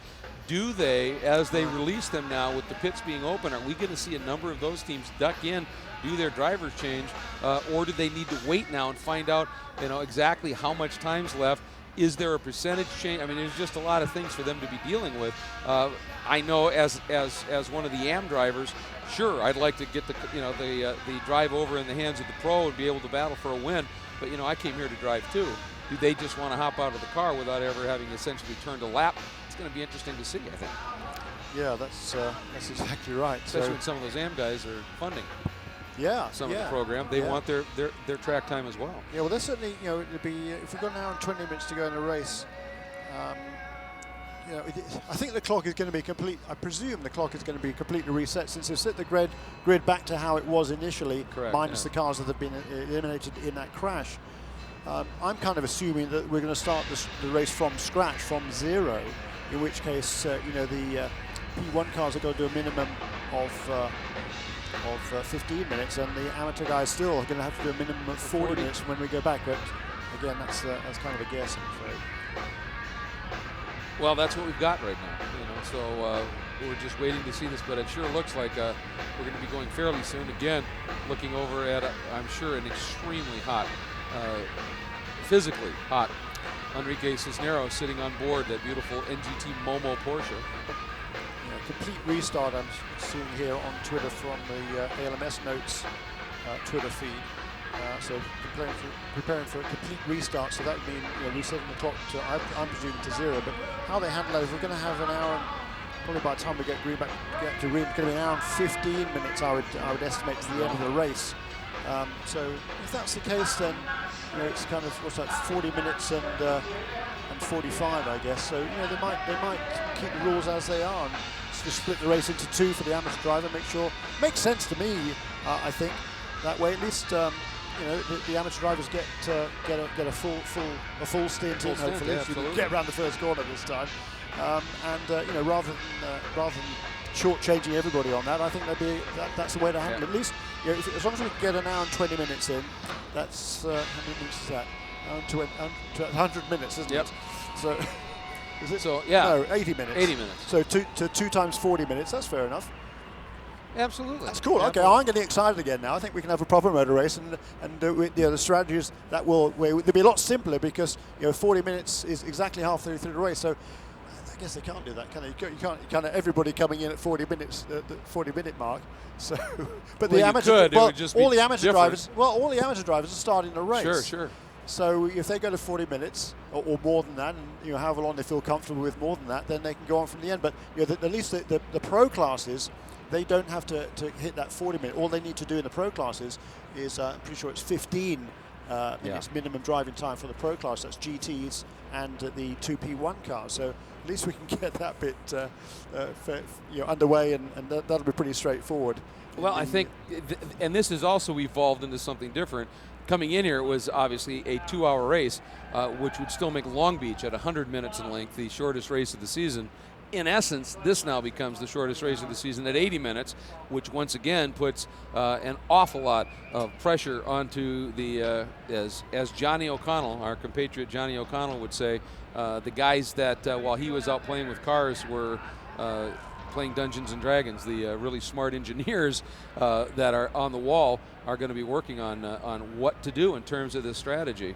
Here's the number 93 car. That went behind the wall, or actually went back to the paddock area. And where this car now is on the exit to the paddock, looks like they've repaired the front of that number 93 Viper. And as we go back to a complete restart, that should be perfectly legitimate, because the race was, that's what we've been told, that the race, the 100 yards of the race that took place before isn't going to be counted as official. And so, they should be able to do that and rejoin the race. So, boy, yeah, great. One more car back in there for the start. Yeah, absolutely. And we've had a couple of guests here. One is just sort of sitting in with us, Calvin Fish. Calvin just gave me a note that said, "Think about this. Joey Hand does not factor into the points. Right. Pit now, throw in Dirk. Dirk goes to the finish. I mean, a possibility there as well." Yeah, except both drivers have to do a minimum of 50. So even Joey, to get points, he has to do the minimum. Yeah. But I'm sure we'll see several people coming in and making early stops there. Yeah, well, we talked about guests. Here's a guest that we truly do not want to have in here right now as a guest, but considering what happened, we're glad you were able to make it up here as a guest. Brian Sellers, of course, co-driver with Wolf Hensler in the Falcon Tires Porsche that has won both of the preceding events here at Baltimore. Unbelievable what unfolded there, and it's just one of those domino effects at a street race when something goes wrong and you got walls on either side. Yeah, I mean, it's impossible when I'm sure you guys have gone over the footage over and over again, and at this point have analyzed it further than I have, but you're so confined. And when a situation like this occurs, you have nowhere to go and nothing to do. And basically that's what you saw in the complete blockage, is just basically shut things down. And, from my perspective, the biggest problem with this is the people in Baltimore. Yes. They came out for a show, and here we are sitting. Yeah. It's terrible. We've been fortunate enough to win here 2 times, and to see the people and how excited they are at the end of the race, you want to put on a show for them. Yeah, and there's different definitions of show, but this is not what we wanted. Now, at least they've extended the race time now to 6 o'clock, so we'll get a little bit more racing out of it.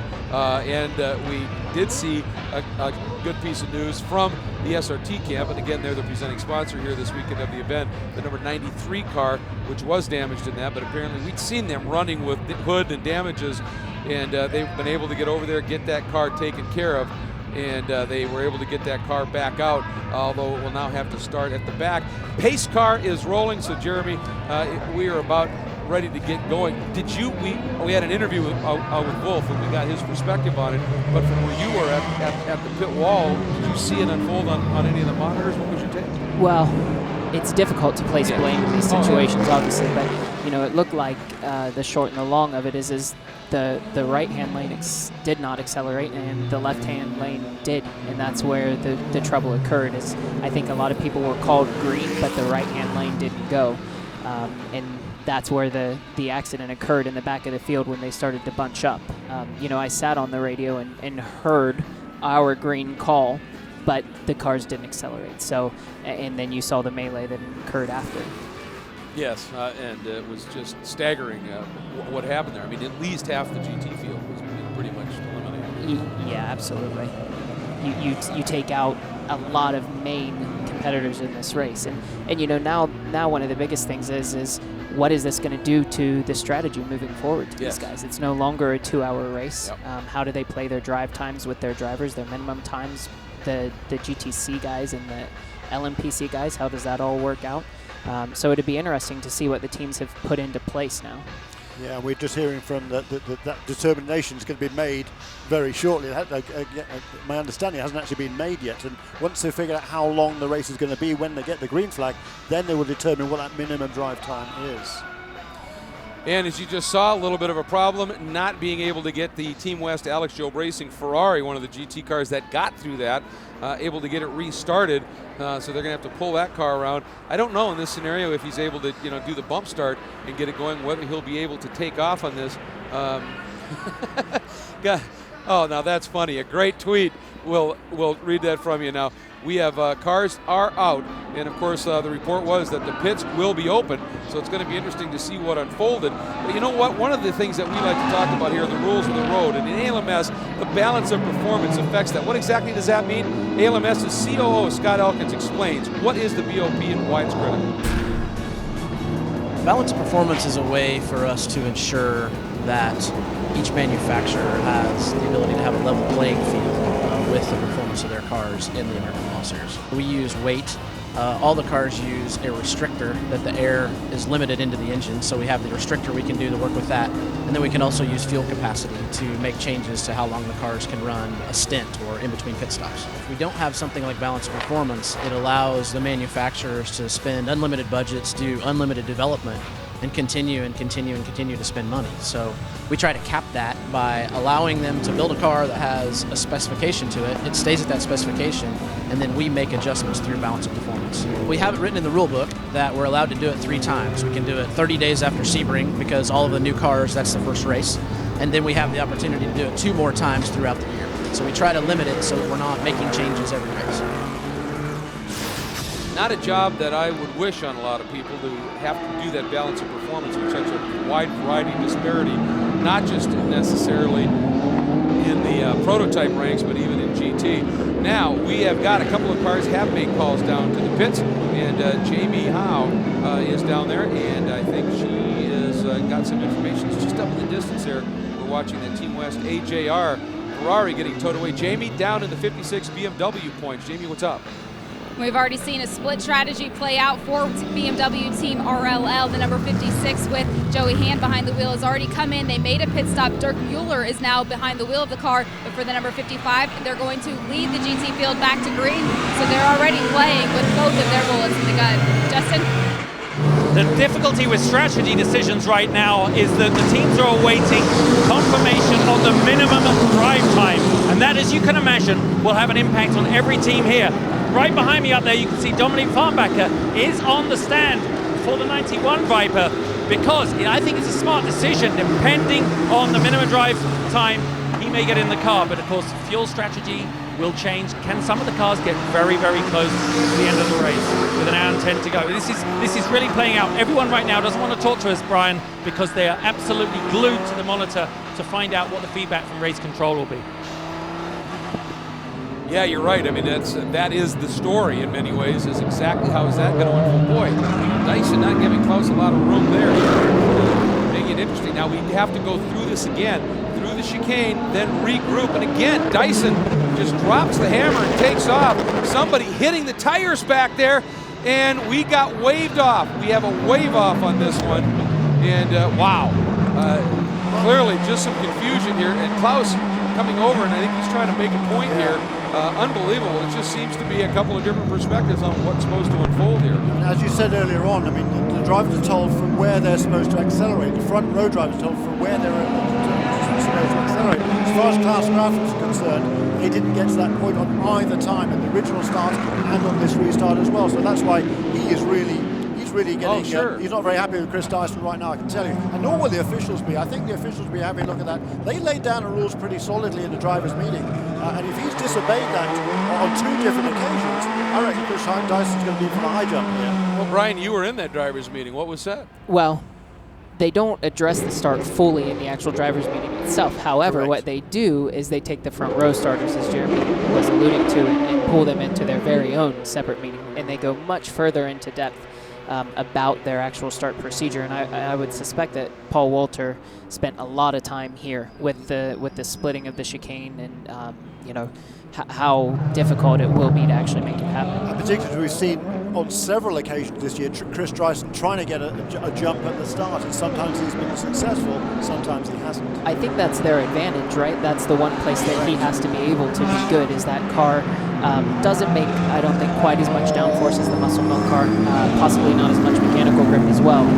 But if they can get out front, it's extremely difficult for the Muscle Milk car to then repass them, especially at a place like this where passing is limited. That's exactly right. So, it's going to be interesting. You can see on that restart also, I think it was Anthony Lazzaro who's directly behind Klaus Graf at the start. He hung well back there. He wasn't going to be held out. He wasn't going to be caught out by that second time around. Well, and guess what? Since it was a wave off, we go double file again. So we're coming up here once again. And this time Graf making darn sure that he was up farther and alongside Chris Dyson to make sure he didn't get squeezed. Now the question is here, When do they go? And again, this looks a little bit more reserved. Much, much better that time through.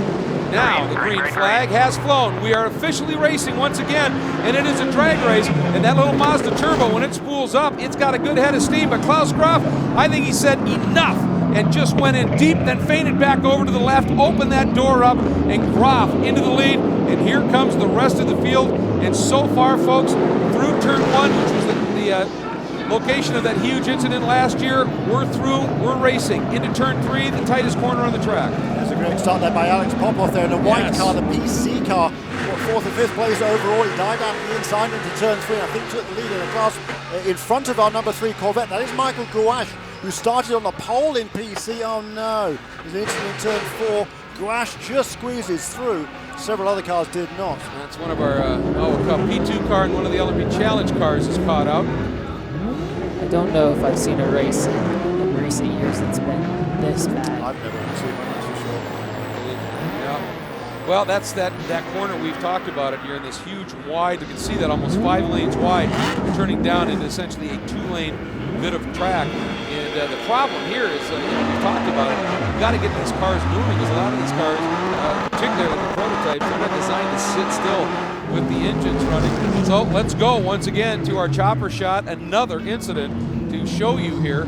As they were coming out of turn 3, the run up into turn 4. And we're going to go to that shot in just a minute here. Here we go as we're full course. Watch for it here. The P2 car, Jeremy, down inside that LMP Challenge car. And Ed Brown just nicked the rear of Chris Cummings' car. Chris Cummings on the outside there, the sky blue and orange car. He just got a slight tag there. That's all it took from Ed Brown to turn the car around. There it goes around. Everybody else has gone back behind him. The BMW there is really fortunate to get through. That's the number 55 car that was just about squeezed through. The number 55 car will be in great shape after we go green again now. As it sits, he has a lot of GTC cars and other cars in between him now and the other GT leader. You can see that Ed Brown brake pretty early for that corner. Chris Cummings tried to go around the outside. And there's certainly room there. You can see him on Ed Brown's left, but maybe it took him by surprise. You can see a bit of contact between a Viper and a Corvette. Yeah, the number 3 actually got into that left rear corner of the Viper a little bit. It wasn't hard, but you can see the deflection in the bodywork there as everybody stacks up. If you were to the right of this, you're trapped. If you were to the left, you were able to skate through.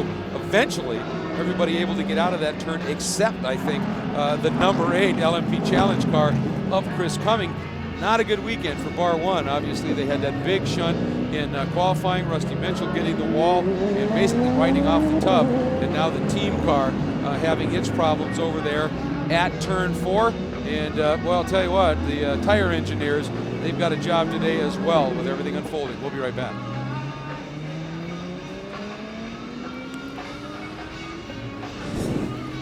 We all know what a horseless carriage is. Had to ride in the back of them with parents that could never give us a satisfactory answer to the question, are we almost there yet? And we long for the day when we could get portraits of our zit-ridden faces laminated onto plastic cards that would give us the authority to cruise up and down Main Street and burn a little rubber without any adult supervision. The average 16-year-old boy in America would rather have his own set of wheels than make out with the captain of the varsity cheerleader squad. How can we desire a machine more than another human being? Every driving machine has a body, but for a cube of metal to become a living, breathing entity worthy of our passion, it must have a soul. So it is up to the maker of the machine to breathe life into its creation. The machine cannot say it's greater than the maker, nor can the maker say the machine is beneath him, because through the process, the two have become one.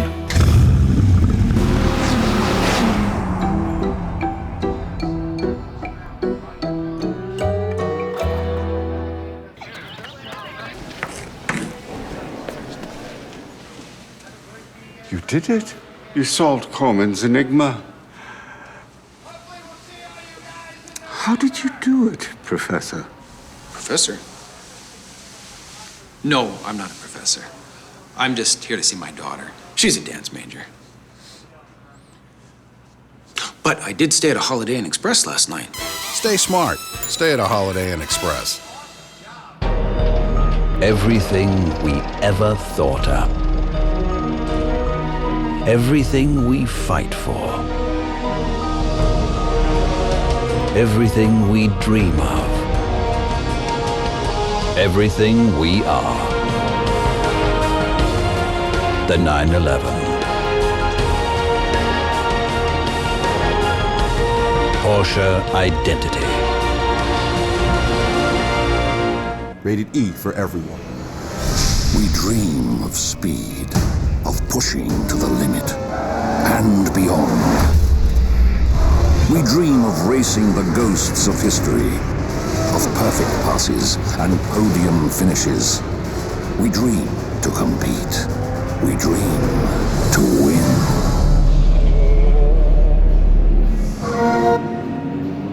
Xbox 360, starting at $99. ESPN on ABC coverage of the American Le Mans Series is brought to you by Chevrolet. Find new roads. Continental Tire, innovative technology, driving confidence. Mazda, on any given weekend, more Mazdas are road raced than any other brand.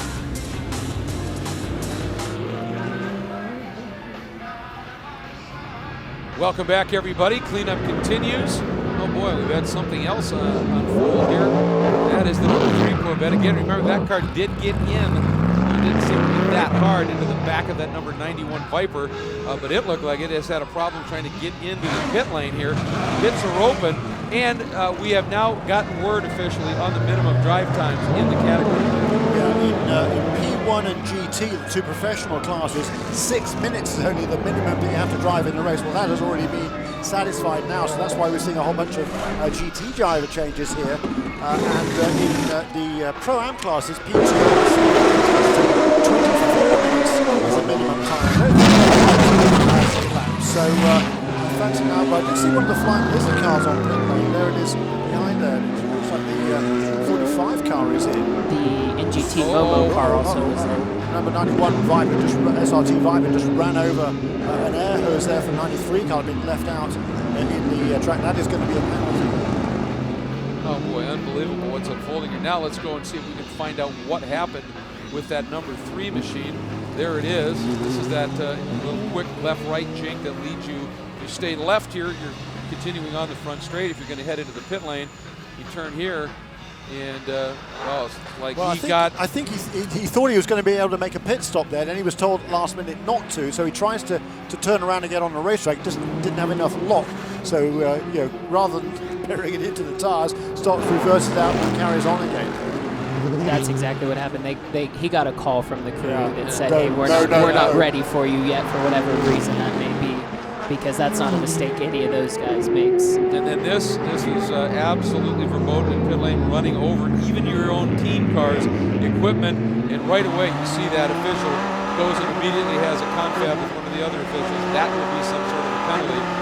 So the 91 car, you know, it's all the teams. You got one of the Vipers having an issue, one of the Corvettes having an issue, the 3. I mean, just things are just dominoing down here. But unless my eyes deceive me, the one car that seems like it is in the best position now is the 56 BMW, because it was the only one that didn't stop. And you know, as has been pointed out by Calvin a little bit earlier, that you know, Joey not being in it for points allowed them to stop, and now I believe their fuel window, and Jeremy, you would know better, but I believe their fuel window is probably good till the end, or really close to it now. I would think so. The question, though, is with Joey had not completed the minimum 6 minutes, does that mean that Dirk Mueller is eligible for points or not? In the Pro-Am classes, if the minimum drive time is not met by the silver driver, then neither guy scores points.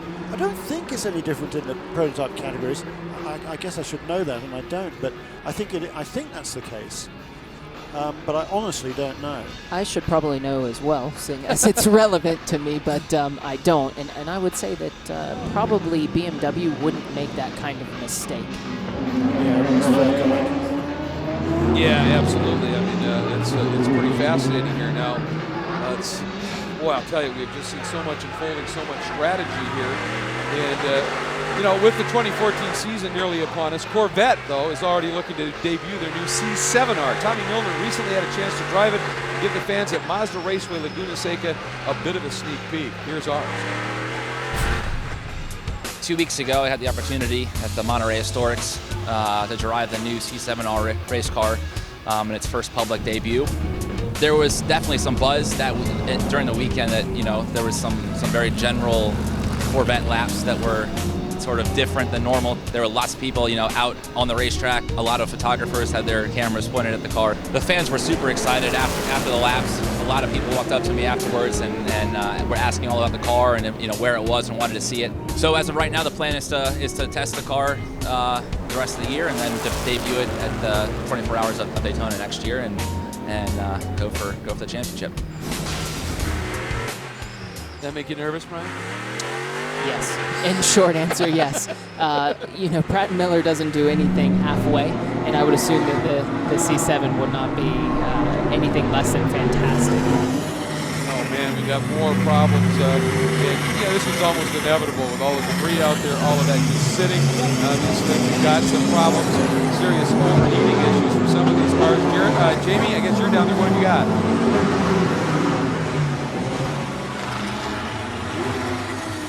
In for the second pit stop. You can see the fluid leaking out of the radiator right now. Spencer Pumpelly did get behind the wheel of the car, but when he took off from pit lane, it was fluid everywhere. So this is going to be costly both here today, possibly even in the championship. But also pit stops that we saw, both of the Corvettes, the number 3 and the number 4 came in. Tommy Milner now behind the wheel of the number 4. Jan Magnussen now behind the wheel of the number 3. The number 6, Muscle Milk Pickett Racing, also came in. They did fuel only, though. Lucas Lohr now behind the wheel of that car. All right, thanks very much, and do keep in mind, folks, that car is the car that is leading in the points with Spencer Pumpelly and Nelson Canachet on board that number 45 Flying Lizards machine, points leader, and having some serious issues at this point. So, boy, just unbelievable. And, one of the cars we've seen perhaps more than anybody else out here today is the Porsche Panamera safety car. It's been getting an awful lot of laps and opportunity out there on track. So some fairly serious issues. And it sounds like we are going to have a look at some potential issues. We saw one of the ESM cars, but the number 3 Corvette, we were talking about this, watching this car try and come in. And Brian, you called it. It was a late call to not pit, you guess. Yeah, I mean, you could see right now that he's thinking, okay, we're going to pit in. Some of the other cars have stopped because you are watching that. You know that your window is being called. And obviously the team called him at the last minute and told him that's not correct. And then the 91 Viper leaving, runs over the hose, the air hose for the number 93 car, and you can see the official right on top of it. That is a penalty. That will be a stop and go, and that has to go once we go green. Oh my. We also get a report that as he left the pit lane, he was just tabbed for speeding as well. This has been just an unbelievable development on so many different levels here for what is going on at this track. Justin? Absolutely cut the tension down here with a knife, because we were waiting, as we talked about, the call from race control on what the minimum drive time was. And for GT, obviously, that was 6 minutes. And instantly, Dominic Farnback, who had been waiting for the past 20 minutes to get in the car, the 91 came in. Excellent pit stop until it ran over the 93 hose on the way out. So Corvette and Viper making that violation. Whether it's going to get called or not, I don't know. But right now you can see the Ed Brown 02 car who was involved and whether responsible for that accident, but they had to do the front of his car. A lot of work going on there. Right now, I'd say, Brian, it's what team, what driver, what engineer combination can keep cool heads and sort through this, because everything seems to be disintegrating for a lot of the teams in here. Boy, and isn't it, as we go back to green, and the irony perhaps of all this is the guy leading right now is Anthony Lazzaro. The ESM Patron machine is out front right now and leading away. It is the Guy Cosmo machine, the number 552, of course. This is the guy, literally, who was in that car right in front of him up until this round of the championship. And, man, he's making a race of it early. He wants by. You see Anthony Lazzaro having a really tough time getting tire temperature into the brake zone in turn 3. A lot of oversteer. It's very bumpy as it is there, and when the tires are cold, it's so difficult to get the car slowed down. And he doesn't have a lot of time in this car. Last time he drove, it was at Sebring. I mean, he only got the call on Tuesday to come and do this race, so it's just incredible. He's doing a really, really good job here, but his number one goal here is to make sure that car finishes the race. So he's not going to take an undue risk here. The 552 car, Guy Cosmo behind him, he wants to get the lead.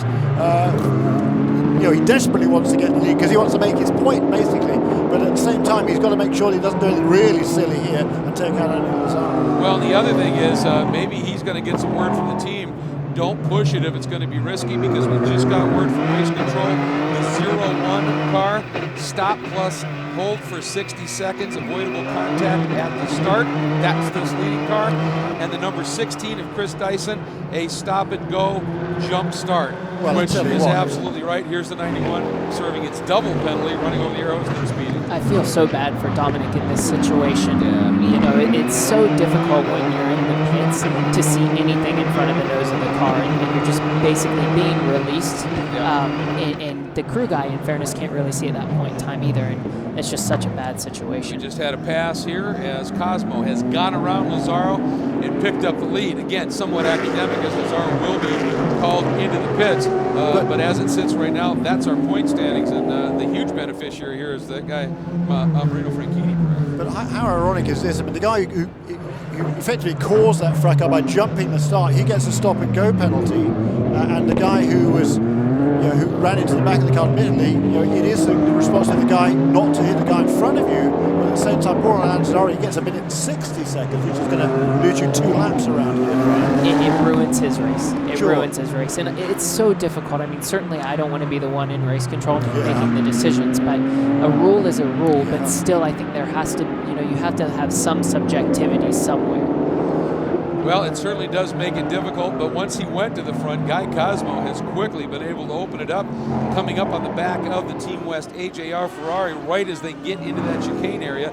Good news, they were able to get that car started, had to tow it all the way to pit lane for it to happen. And so the 91 now, we're getting a report. The 91 gets a reprieve. That penalty was for speeding in pit lane, but that air hose was out of the pit box where it should have been. So that was not something he could avoid. They waived that penalty, said, nope, that was not your fault. So at least a little bit of a break. Yeah, I mean, still it's difficult. It takes him basically out of the race.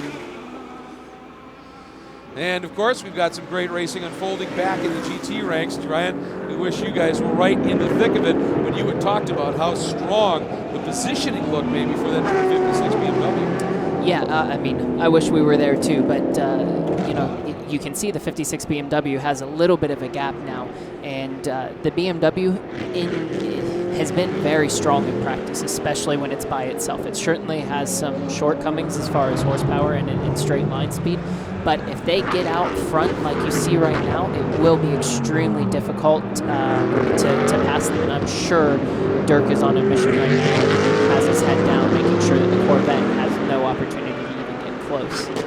Well, and Jeremy's got obviously the team car, the 56, right, the 55 of Maxime Martin running right behind him, then the number 4 Corvette, and of course with that little bit of a moment for the 3 Corvette, that bit of indecision, not the driver's issue necessarily, that's backed them up a little bit. A GT Challenge, folks, 10th overall is the number 22 of Cooper McNeil, doing a great job as always, and the Alex Job car. Meanwhile, GT pit strategy. Jamie, what are you hearing?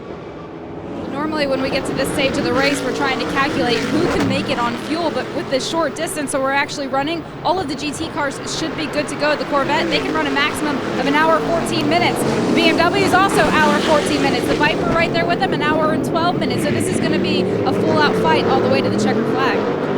Brian, you were just watching these first 3 cars of GT on that last bit of curbing through the chicane. We were thinking a 2-hour race, you can't pound that like that and expect the cars to last. That's down to half distance now. They seem to be awfully aggressive. Now you're in full sprint. There's no question about it. It's kind of all caution to the wind at this point in time.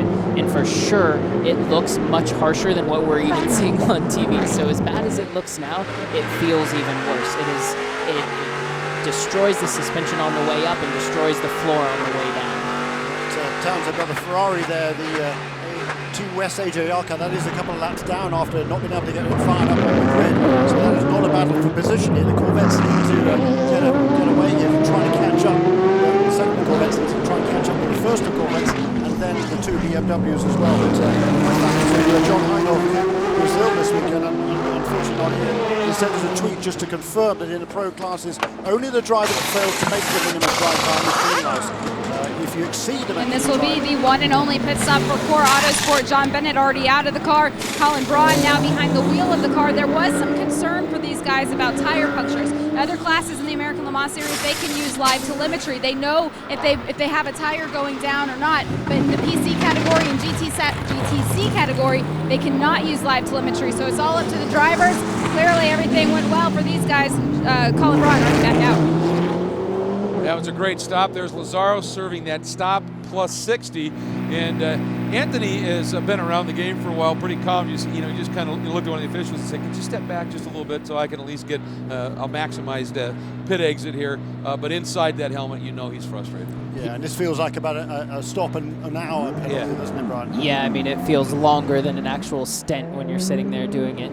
Like you said, Anthony's been around a long time, and you probably won't like me saying this, but I remember being, a young kid, and he was the guy that was winning everything and looking up to him, and one of the guys that I kind of turned to for advice when I was younger. Great guy. And just to finish the thought I was saying before we went to that interview, in the pro classes, only the driver that fails to make the minimum drive time is penalised. So Joey Hand will not score any points, but Dirk Mueller will score the points. So if you exceed the maximum drive time, which I don't think there is now in this race, then the car is excluded and neither driver will point for it. So thanks again to John Hindhoff for pointing that out to me on Twitter. Glad you're listening, mate. Maybe my eyes have deceived me a little bit, but the core car was the first of the LMPC cars to pit. And with that being the case, they'll be the first if it goes yellow on track. Absolutely. Let's get back down to the pits once again, Jamie. To Cooper McNeil on the grid. He and Nelson Canache, who started that number 45 from Flying Lizard Motorsports, they actually spoke and they decided before the start of this race that they were going to hang back. They were going to let the other classes get through the green flag, and that today saved them. That's allowed Cooper McNeil to stay out there, to stay out of trouble. It all comes down to not only teamwork, but also working with your competitors. And the GTC guys, they were expecting everything that we've seen. Well, and that's absolutely key, because every replay you look at, you see all of that huge carambolage unfolding, and Cooper McNeil able to get that car stopped and not get into anybody. And as a result, on the restart, they find themselves not only in the lead, but right now they've got the PC car in between them. They've got a bit of a margin in hand. Could be a very good day for that team. Yeah, the 67 car, Mark Bunting, the local driver, now in second place. It's good for the TRG. That's the third car TRG running this weekend. Generally the 66 car and the 68. Well, Mark Bunting came on board with a last-minute deal here to join that team, and they had problems in practice and in qualifying. They didn't get to start the car in qualifying because they had a transmission problem. They've got it fixed again now, and it's good for Mark Bunting and Norbert Siedler, the Austrian driver with a huge amount of experience in the Porsches. They got themselves up into second place after all the starting back of the field. There's a look at Lucas Luhr now at the controls of that Muscle Milk Pickett Racing machine, as he sits second overall, obviously leading in the P1 category. And I believe that is the number 9 machine that is sitting third overall right now. Alex Popov in that RSR and soon to be RSR Starworks program. Alex doing a great job here. And you can see just back in the distance behind him, the GT battle has heated up significantly. It looks like now the BMWs are closed up and the Corvette is stuck right behind them. The 56 car now has a little bit of breathing room because the Corvette actually has to come through his teammate first, and he is not going to make that easy. That's right. Coming into this weekend, the GT battle in points.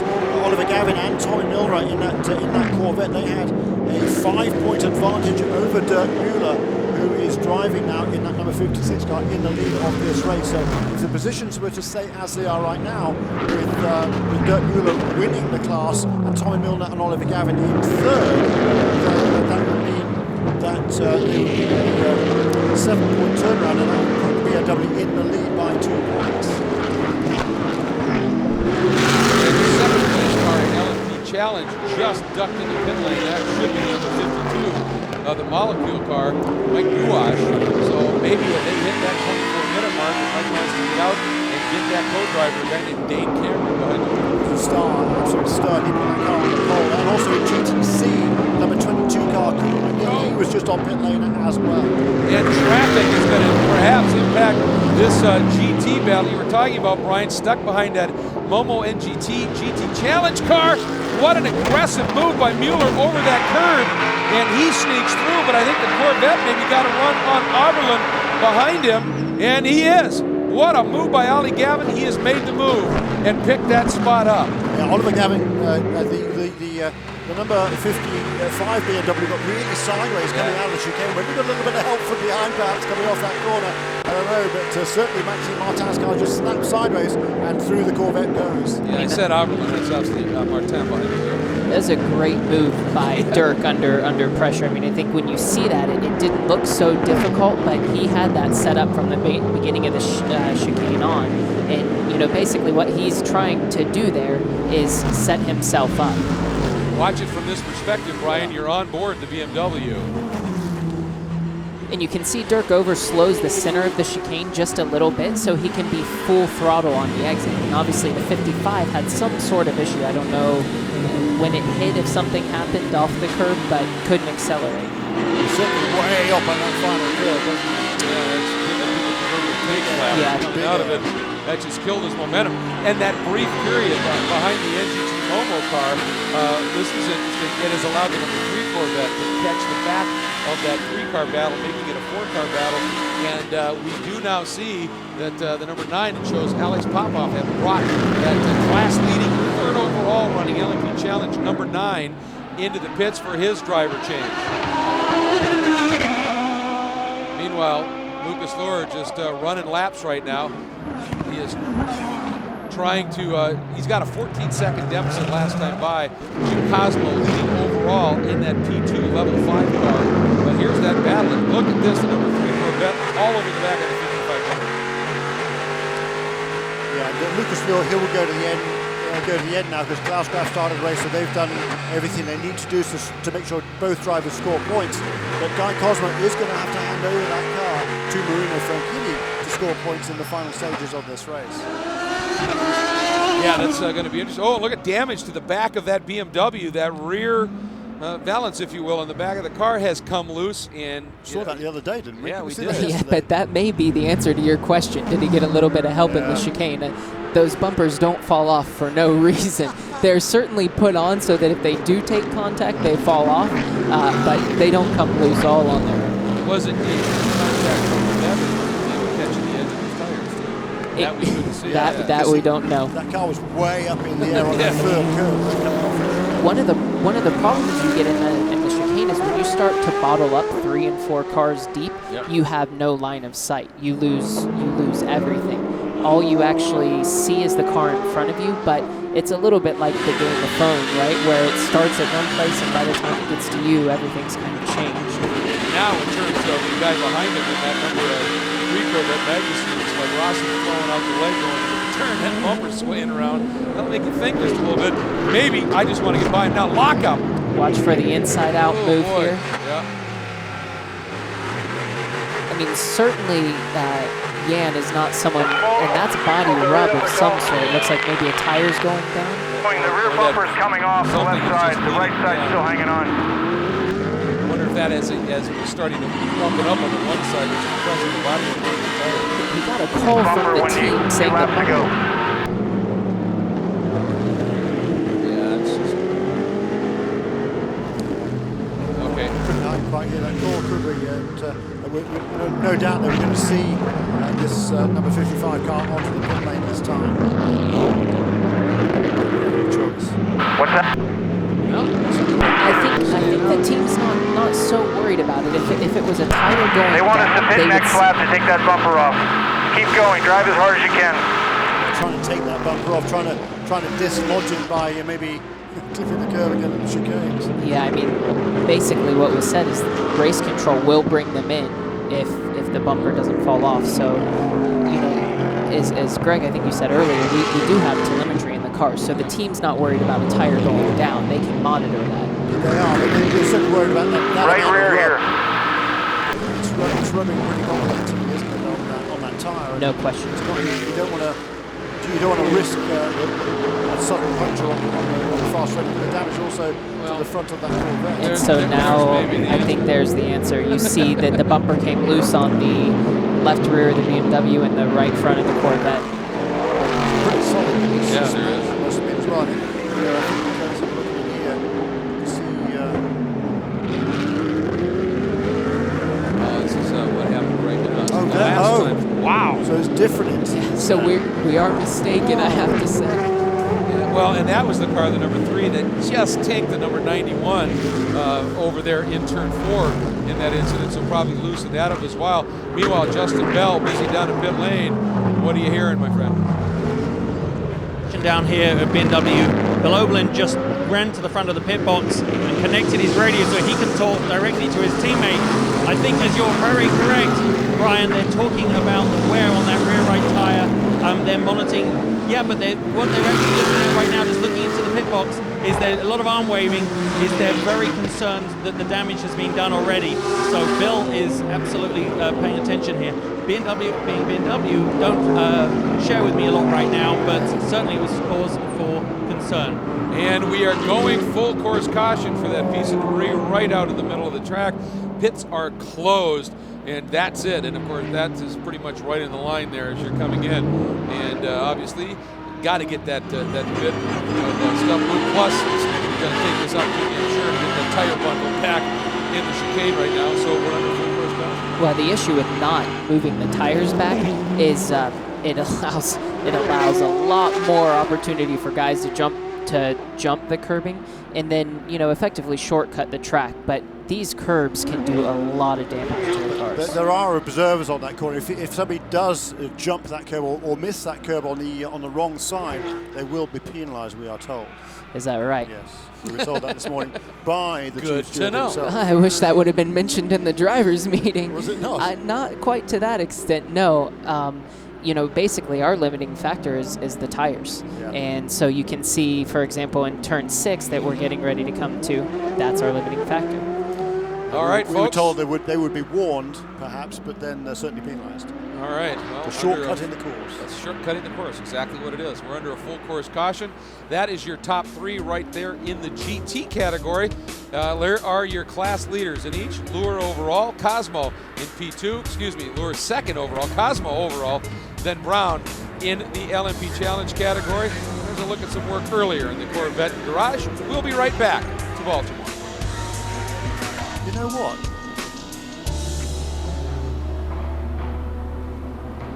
Deltran battery tender battery chargers. Just like the everyday consumer, the racing community knows the importance of a healthy charge. Deltran battery tender is the trusted charger for some of the most respected brands in the world today. Don't let a dead battery ruin your fun or work. If you can't start it, you can't drive it. Connect a Deltran battery tender battery charger to all of your batteries. Available at these fine retailers. If it's not a Deltran battery tender, it's just a pretender. Rated E for everyone. We dream of speed, of pushing to the limit and beyond. We dream of racing the ghosts of history, of perfect passes and podium finishes. We dream to compete. We dream to win.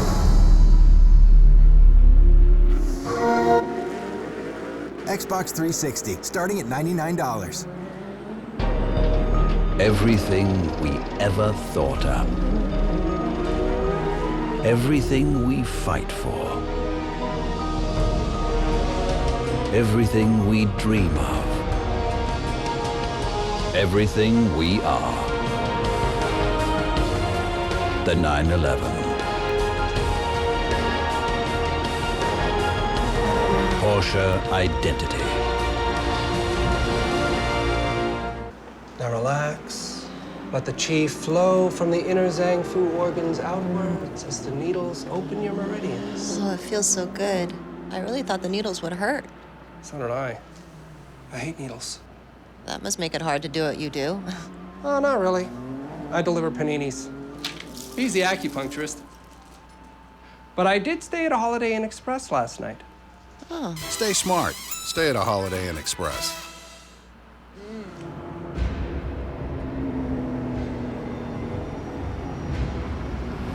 This isn't just a car. It's a legend. This isn't just a family. It's a statement. this isn't just a brand. It's an attitude. This is SRT. Street and Racing Technology. Welcome back. Beautiful view once again of downtown Baltimore for the Grand Prix of Baltimore, presented by SRT. Round 7 of the American Le Mans Series, presented by Tequila Patron. Just down to the bottom of the screen, that's the Inner Harbor, absolutely beautiful area. And then this great racetrack that unfolds in between Inner Harbor and Oriole Park at Camden Yards. Let's take a look at the Michelin Green X Challenge where it stands right now. In the prototype division, leading is the 01 Extreme Speed Motorsports entry. This is like golf, lowest score is better, and you can see they were up just a little bit. In GT, it's the number 91 SRT Motorsports. Viper has a fairly comfortable margin right now. That clean, fast, and efficient, it's a very intricate formula, but it's basically who goes the fastest, going the farthest, and putting the least amount of a carbon footprint up into the atmosphere, and it's a pretty remarkable deal. I'll tell you who this caution does assist, and that is both Dominic Farnbacher and Anthony Lazzaro, because they, after their penalties, they had remained on the same lap as the leaders. So they are now effectively back in the game. Anthony Lazzaro will have to make a pit stop to hand over to Scott Sharp, as will Guy Cosmo to Marino Franchitti in the P2 cars, and Dominic Farnbacher, he's now be up with the other guys to go to the end. So this is going to be quite a motor race. You know what? We had something happen earlier in the week. The Corvette team visited the FBI Training Center in Quantico to get a glimpse of what it's like to be part of the agency. It should be fun. We've had a fantastic day. We've had a driving experience this morning. The guys here at the FBI have got some caprices out on a big open pad and set out a course for us. Then they instructed us around it, and it was a great amount of fun. I found that I was very bad at reversing a car at speed through cones. Our competitive nature is coming out big time right now because I have the fastest time at the moment, but I don't know what the latest one is, but I was pretty pumped to hear my time when I was done. And then went on to the hostage rescue team, and it was just amazing just to see how all of that works, and just to come and just see something completely different, but you see how an operation and how a team works together. A fantastic day for all of us. Unbelievable, you racers. Just so competitive. You see a lighter side of Ollie Gavin there. Pretty special moment for those guys, obviously, as we now go on board. This is Guy Cosmo. He is the overall race leader leading in the P2 category right now. Interesting, though, Guy stayed in the car here. He has not done a pit stop or driver change yet, has he? No, because they've just done the reset of the field, so the pits should be open this time around, and we will see various people coming into the pit lane. Well, let's head down to pit lane as some interesting things starting to unfold, and Justin Bell has been able to find Chris Dyson. Well, Chris, you're the only man that knows what happened from your point of view. Just tell us. Well, I mean, in the driver's meeting today, the starter's instructions were pretty clear. Once we're safely across the tram lines, we could accelerate, and that's when the green was going to be displayed. And there was going to be no repeat of some of these mistakes we've seen in the past of people stopping and checking up. And that's what the Muscle Milk car did, and it caused, obviously, a massive accident. So on the restart, clearly, we didn't want to do the same thing. I did the same thing, they did the same thing, and for some inexplicable reason, we've now got a penalty, even though we actually gained no on-track advantage. So I'm actually quite disgusted with it. Obviously, it's always a case of perspective, the rules, interpretation of the rules, but obviously behind you, you saw it cause chaos. So it just exaggerates what can happen on a road course. Listen, we lost an hour of racing, the fans lost an hour of racing. I think that's just disgraceful.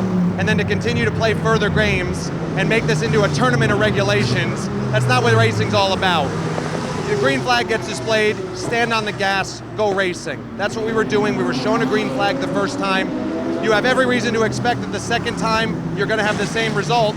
Inexplicably, we've got a penalty, and we gained zero on-track advantage, and that's what's so galling about it. We showed up here with the Mazda, had a couple of races off, we were running hard, we were going to get a good result, and now the race is really trashed for us, and I'm very disappointed with IMSA. I have a feeling this is to be continued. Jamie? Klaus Groff was also in that driver's meeting this morning. Klaus, what explanation were you given from the race director, Paul Walter, about the start? Okay, it was very clear that we said we go side by side through the chicane, we come back together, and then with about 3 rows, he wants to have 3 rows past the chicane, which is clearly after the railway tracks, and then we go. That's exactly what I did. I maintained pace car speed until I go, and that's what I did. And that's all I have to say. The other car needs to read the rule book and listen in the driver's meeting. All right, thank you, Klaus. Well, I think Justin said it. Perspective is everything, and we just heard two very different ones, and it's yet to be decided. We're getting a report. Pits are open. So now we should see some of these driver changes that are yet to be done. Interesting with the pit stops that are getting ready to happen, Jeremy, that the Guy Cosmo in the level 5 car hasn't stopped already. In this situation, you would have to assume, as the race is gone, that there was going to be another yellow. Had they stopped under green as soon as their window had opened for the driver time and the points, when this yellow came back out, everyone else needed to cycle through, they would have again inherited the lead. But now they're bunched up under yellow. They have to do their driver change. Something could happen in a pit stop, and now again, Lazzaro could have a chance at them. Absolutely right. But going away from that, since you're a driver, you're here. Your perspective on that start again? We just heard it from the two pollsters. If you were, what's your perspective from their standpoints? Since you're here, I'm going to put you on the spot. Yeah, it is on the spot, but I will have to say, I mean, I probably have to side with Klaus on this one. I think that probably what was said was that he wanted more rows cleared above the train tracks. You know, as we've seen Tommy Milner tweet, the train tracks were not the reason for this, but certainly it is an issue. You don't want to accelerate on them. You don't want any movement over the top of them as little as possible. All right, we have our race leader, Guy Cosmo, has brought the level 5 car in. Jamie. And so far, it's a clean stop. Guy Cosmo is already out of the car. Marino Franchitti with his seat insert already in the car. Talked to Guy before the start of this race, and he said, it's amazing. I felt at home from day one. Marino said the exact same thing. It's great having a new teammate. These guys working well together right now. That was a very clean stop. Marino finishes this race, though, in the lead. This is going to give him the P2 points championship over his team owner, Scott Tucker. Well, we're very excited. I was interested to see the 01 car come in and Lazzaro getting out, because the damage there at the front, you can see it on the front splitter. That was from that powered through push on the back of Scott Tucker's car that was the catalyst for all that carnage. But that was a good stop for the 01 Scott Sharp getting in, but you could see, I mean, that was a solid push from the rear of the Scott Tucker car, and the damage not impacting the car, but very visible on the front. All right, thanks very much, Justin. And the interesting thing about this is, obviously, with both of those stops, the field going through, your two P2 class leaders, yes, they are absolutely together, and there's a couple of cars and teams, obviously, that don't have a lot of love lost between them, but they're at the back of this field, so they're going to be something to watch coming up through this pack. And one of the guys who's going to be sitting there watching it is literally named Guy. He's with Jamie. Well, right now, Guy is a little bit out of breath. He's literally just got out of the car. But take a look at this. This is the Hans device that goes on his helmet. Guest driver. This deal just came together. But Cosmo, I have a feeling you might have found yourself a new home. How was that stint for you? You know, it was really interesting, really exciting, and I feel so terrible for Scott Tucker. I mean, he is level 5, and to be taken out really before even turn 1, you know, accidents happen, but geez, I feel horrible for him, and I want to thank him and level 5 for having me on board this weekend. They are an awesome team. You were in the car from the first green flag, the second green flag, the third green flag. How difficult is it as a driver to maintain a rhythm under those conditions? Well, I got to take a nice nap during the red flag. There was a nice breeze, so, you know, you just got to switch it on. It's what we do, and it just comes innately. It's a great stint. So, Anthony, we just saw you get out. That was one of the most chaotic starts we've ever seen. Tell us what happened from your point of view. You know what? They all started taking off at the chicane. And, you know, my row went a little bit, and it didn't. I saw Scott Tucker's car move, like maybe he got a little bit sideways, but it looked like a real bad brake checking situation. I mean, nobody's fault. I feel bad I got into the back of him. I mean, I tried to avoid him. I was turning to the left as I was going, and that's what actually turned him. If I'd have just ran right in the back of him, probably would have been better. But yeah, the outside line went, the inside line started to as a fake. They stopped, and we all piled up. Looking at the I thought that maybe you had line of sight on Chris Dyson on the left, and so for you it looked faster than it probably was. But you did power through you powered through it like the good old Trans Am days. Now, you didn't think lifting might have minimized it, or was it your only move really to save your car? My only move, yeah, my only move. Sure. Well, listen, the car's still competitive and out there. Yes, it is, and obviously, you know, again, it's just fascinating listening to these perspectives on there, and you know, from his take on it, obviously, he just thought everything kind of backed up onto him, tried to avoid the contact, and just couldn't quite make it happen. Yeah, I mean, it really was just one of those things. Unfortunately, that's going to happen. I mean, it was, you know, he knows it's his responsibility not to run into the guy in front of him, but you know, he hasn't been racing full time lately, and you know, for a part-time driver to come in, effectively what it is. I mean, it's a massive amount of experience, of course, driven everything over the years, and it'll be so frustrating for Anthony to be the catalyst to that huge wreck there, because that's the last he wants to do, obviously. But you know, he was raring to go, and he couldn't wait. And you know, it's a tough situation he was in. But I really feel badly for Anthony Lazzaro as well. Yeah, absolutely. I mean, at the end of the day, you're going to talk to a million drivers, and each one is going to have a different perspective on it, right? I mean, fact of the matter is I think that, like you said, it is, unfortunately, it is one of those incidents, and clearly there was a split in what the front row thought needed to be done, and you know, you saw the result of what happens when you have indecision between the two. It's complete chaos. That's exactly right. I mean, you know, we saw the different perspectives of those two front row guys. Were they at the same drivers' meeting? But you know, it's really unfortunate. It's happened. Let's get on with it. We've got a motor race now. We've got 20 minutes to go. And Lucas Luhr is in the overall race lead now. We've got this fabulous battle for GT that is going to be on for the remaining.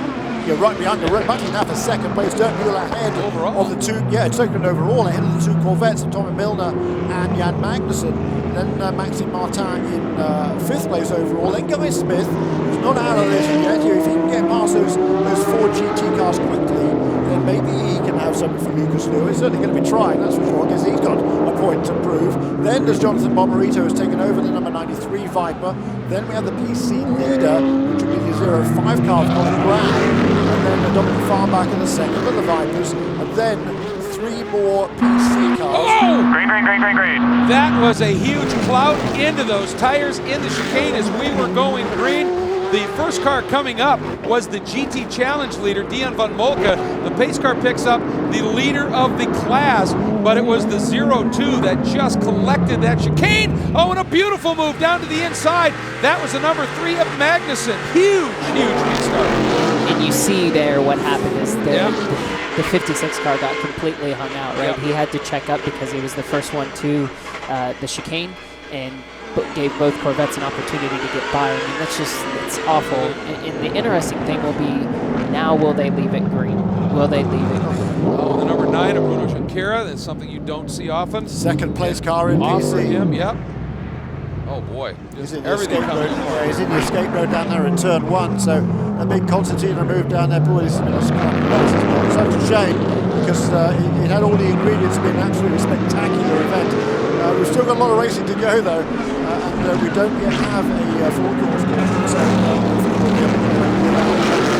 let's take a look at that replay of the restart. There's Van Molke at the bottom. Boom. That was it. Brown, he just gathered that up. And you can see the BMW actually tapped the back of the 6 and got trapped, Ryan, as you said. And that number 3 Corvette, just an absolutely great run. And even better, that number 3 Corvette coming up too. Look at this one. Nice. And that's like I said earlier, you just don't want Jan behind you for too long. Something like that generally happens. There's that down low look, Jeremy, and I mean, just can't get it turned here at all. You can see just on cold tires, he goes in, gets a little bit of the curb, and when the tires are cold like that, you just have that little bit less grip when it lands after the curb, and it just pushed straight into the tires. You could see he had plenty of lock in the wheel to try and turn it. Yeah, just wouldn't, it's just no grip there on cold tires. One more look for you. Here with the 56 car. Has to get on the brakes there. You see Dirk's just a sitting duck at that point in time. So, wow. And the 02 knew he had a penalty coming, apparently, and sort of self-policed here and came right down into the penalty box. But wow, just unbelievable. And you know, Lucas Luhr is leading this thing, but Corvette Racing second and third overall. And here comes the 16, Guy Smith. He cleared these 2 Corvettes. Yeah, Lucas Luhr got a problem because he's not able to pull away at all from the Corvette's not even coming out of the corners there. I wonder if he's got damage. He's got a problem. He's got a problem.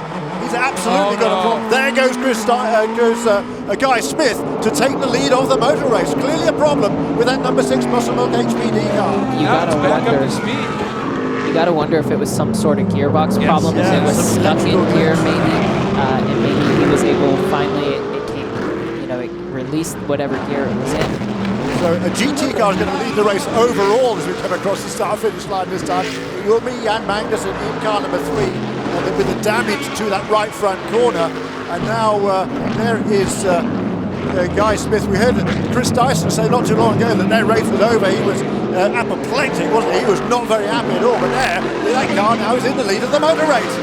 Quit complaining, Guy, Chris, and let's get on with it. That's why you can never ever give up in a motor race. You can never stop, right? I mean, now they're in a position where they're leading the race, not sure what is going to happen with the Muscle Milk car. Yeah. Boy, and that caution ended up playing right into the Dyson team's hands. And boy, something wrong. I think you're right. It's got to be a gearbox issue because at certain times that Muscle Milk car seems fine, and at other times it just simply will not accelerate. And Dyson in this twisty bit, obviously not a lot of room to be able to get by these Corvettes, and they do have a fair amount of torque coming off of these tight corners. And Dyson, I think he just needs to wait for that straight, and he'll be able to blow by. But just amazing. Corvettes running first and second. Well, now it's just leading overall, even at this point. This is amazing. It is, and now, as you say, Lucas Luhr there is losing out on acceleration. There goes Guy Smith past the first Corvette, that is Jan Magnussen car. So now Guy Smith will be leading. So lap 30 of this race. We've got 15 minutes remaining. Guy Smith is in the lead. Now we'll see what happens to this Muscle Milk car, whether they can somehow get that car working again on all 8 cylinders. A couple things to add. You see the Muscle Milk car being bottled up with whatever problem it has given Jan a huge gap over Gasly. Yeah, definitely. But now those two P1 cars have gone by, and one of them, Jamie House, seems to be kind of on again, off again. Just checked in with Muscle Milk Pickett Racing. The engineer, Brandon Fry, is on the radio with Lucas Luhr. I haven't heard any chatter on my scanner, and Brandon said Lucas hasn't said a word. Meanwhile, though, Greg Pickett, team owner, standing by, yelling, saying, just tell him to go, just tell him to go. Right now, they don't know if anything's wrong with the car. Lucas hasn't said anything's wrong with the car, so they're still just scratching their heads up here. I'm wondering whether they've lost a gear there somehow, maybe sort of second or third gear perhaps, because at top speed it seems to be just fine. Out of some of the corners it seems just fine, and other corners not so. But for this corner here he was struggling earlier on to see what happens, and I think it's okay. I mean, that's generally one of those things as a driver that you would report to the crew right away. It's not something that you would kind of think fixes itself. Well, there's nothing you can do, nothing the team can do about it at this stage. So maybe he doesn't want to know. He doesn't want to let Dyson Racing know what the problem is. Yeah, you have to remember we are drivers too, right? So we're kind of trying to protect ourselves through it a little bit as well. If we're not fast, we have a reason for it. But he looks okay now, and it looks like he's going to take the battle to him. Interesting though is if we watch timing and scoring, I know we have this battle on. Down! Now, I reckon the car is clearly handicapped. I mean, Lucas is he's driving hard. You can see as he flew across the chicane there, he was carrying as much momentum through there as he possibly could. So that battle's going to continue, it looks like. And I'm pretty sure Lucas is handicapped somehow. He just looked down the inside at turn 3. So whatever it was, maybe just a little temporary hiccup, and he is back and he is into the lead. So Lucas Luhr has taken over the overall race lead. But look at the right rear corner of the number 6 car. He's missing that legality panel, isn't he? That mudguard effectively on the lower side, on the right-hand rear corner of that car. Don't know what that would do, but nonetheless, obviously that was probably when he got tagged on that restart going through the chicane. So he's back in the lead in third overall. Jan Magnussen continues to lead the GT category in the Corvette over his number 4 teammate Tom Milner. Then it is the number 56 BMW of Dirk Mueller sitting in the 3rd spot. 6th overall, leading an LMP Challenge, the 05 Core Autosport LMP Challenge car, Colin Brown. 2 cars behind them, 2nd in the LMP Challenge category, Dane Cameron in the number 52 of Pierre 1 Matheson, the Molecule car.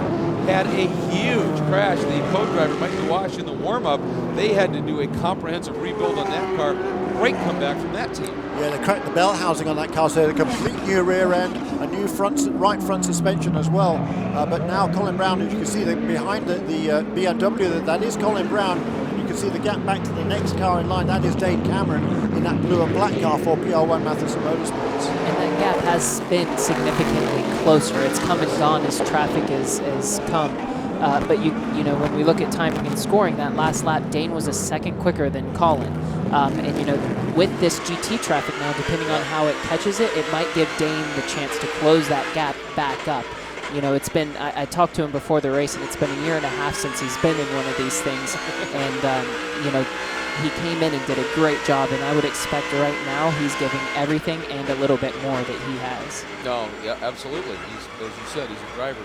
And I have to point this out, guys. The irony of this whole thing is when Brown hit that tire bundle in the chicane and knocked the wheel out of the way, the cars have never been through that section. Everybody just driving the curbs, and it's been you know, working just fine. Here is your GT Challenge category, and some good racing unfolding here. That is Sean Edwards, that red Momo NGT car, sitting third in GT Challenge. He's got Jan Halen behind him. Big story, I think, for Jan Halen, that JDX team, coming off of that huge crash right at the end of the race at Road America, and Halen right back here in the mix with Andy Lally sitting in fifth. Up front, Dion van Molke has been able to hang on in front of no less than Jerome Bleekemolen. Good day for that number 44 team. Absolutely fantastic. And Seth Nyman got out of the car early on. Dion van Molke got in. I think he was the first pro driver to get behind the wheel in GTC, and that has paid off for Dion. And you know, what a super job he is doing out in the front of this field, turning pretty much the same sort of lap times as Jerome Bleekemolen and Sean Edwards and Jan Halen and the rest of those guys. So he's maintaining advantage of a couple or 3 seconds over the master in these cars, Jerome Bleekemolen. Under 10 minutes, by the way. Let everybody know. Sorry. I was just going to say, it shows you how important the strategy comes into play, and Lizard is certainly one of the best at strategy. Boy, and we've got a battle here. This is for third right there, and it is a defense, but a beautiful move there. Andy Lally able to fend off the number 67 of Herbert Seidler. So good battles here. We got a battle for the lead as Bleekemolen coming in, but Jan Halen looking very, very quick, certainly quicker than Edwards, and he's got Edwards in full defense mode here, Jeremy. Great job by JDX team to repair that car after the crash at Road America. Now for Jan Halen to take it to Sean Edwards. Sean Edwards is leading the Porsche Super Cup in Europe this season. He's looking good to win that. Jerome Bleekemolen is a former 2-time winner of that championship. So you know, these are the big dogs of Porsche racing right here. Norbert Seidler too. He's been in that championship a long, long time and had a lot of success. But there is our leader in GTC with that blue shade band on that Flying Lizard Porsche, Dion van Molke. Boy, Van Molke is doing a superb job, continuing to not only hang on, but open it up, Jamie, over no less than Bleekemolen. Well, it's interesting, guys, because the number 44 car, they actually have two what IMSA considers amateur drivers behind the wheel of the car. Dion van Molke and Seth Nyman are both rated as silver drivers, so they're amateur by the IMSA ratings. What that means, though, is that they're able to pit any time that they want to during a race. They don't have to worry about the minimum drive time because both of them are earning that minimum drive time, whereas the other guys behind them, they have to wait for that drive time. They were able to pit today whenever they wanted to, and that's what got them to the lead of this race, is off of that strategy. That's exactly right, because as long as one of the silver drivers hits the minimum, that's okay. Look at Jan Halen, though. He's set the fastest lap in the class, and he's on the outside. He gets sideways under braking. Sean Edwards just about able to hold him off. Great battle here. Oh, did you see Halen's car just dancing on the brakes, back end, skating around, coming now out of that little kink that is turn two, faded outside, then went inside, now back to the outside. Watch for the over-under here. He tried it last time, but he was a little bit too far back. Boy, and Edwards getting to the throttle nicely, able to fend him off. But again, you can see Edwards right now knows Halen is the quicker driver, the quicker car right now.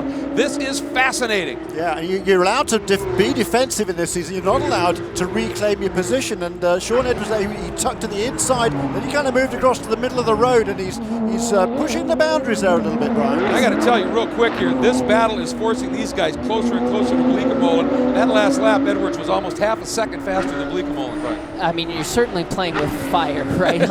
He's dancing a very fine line right now, but in the position he's in, you have to make that move. The problem is if you don't come back to the middle a little bit, you open up the possibility for Yan to control the pass, which is obviously less than desirable from Sean's perspective. I do have to throw Dion a little bit of a bone here and say, as these guys are battling, he's pulling away from Bleekemolen. And when I watch through the chicane, he is the one driver I've seen that has taken advantage of those tires being completely misplaced. He's been straddling the curb, and you know, we know that it's worth a significant amount of time. Absolutely. Guy Smith, by the way, folks, just turned the fastest lap of the race and has run Lucas Luhr right back down again. So this is on. This is just fascinating what's unfolding. Just over 6 minutes to go in this race, and Guy Smith is all over the back end of Lucas Luhr, going through the chicane. They're both jumping over their curves, trying to carry as much momentum onto the main straightaway here, onto Pratt Street. It's one of the things I love about open cockpit cars. Did you see Lucas Luhr hunting in the mirror? There he does it again. Wants to know right where Guy is. Down into turn one, getting it wound down. Nice job there. That is that wounded Spencer Pumpelly, Nelson Canachet car getting well out of the way, letting these two guys come through. And this battle is on. Overall and P1 race lead with 5 minutes and 30 seconds to go, Jeremy. That was the points leader in GTC out of the way, but how bumpy is that braking area in turn one, Brian? It's really difficult to make a pass down there. It's extremely bumpy. You basically have one line you can run that's ideal. You run down the crown of the road and then slowly work your way back out to the outside, because either sides of that crown are extremely, extremely bumpy.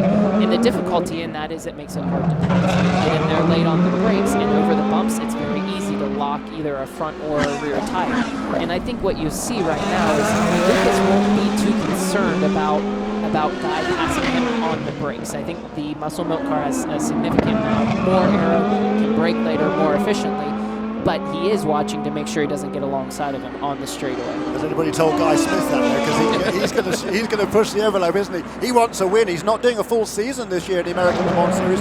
Winless this year. In fact, the number 16 car with Chris Dyson and Guy Smith at the wheel, they've only finished once this season. So they want to get not only their second finish under their belt, but they want to win as well.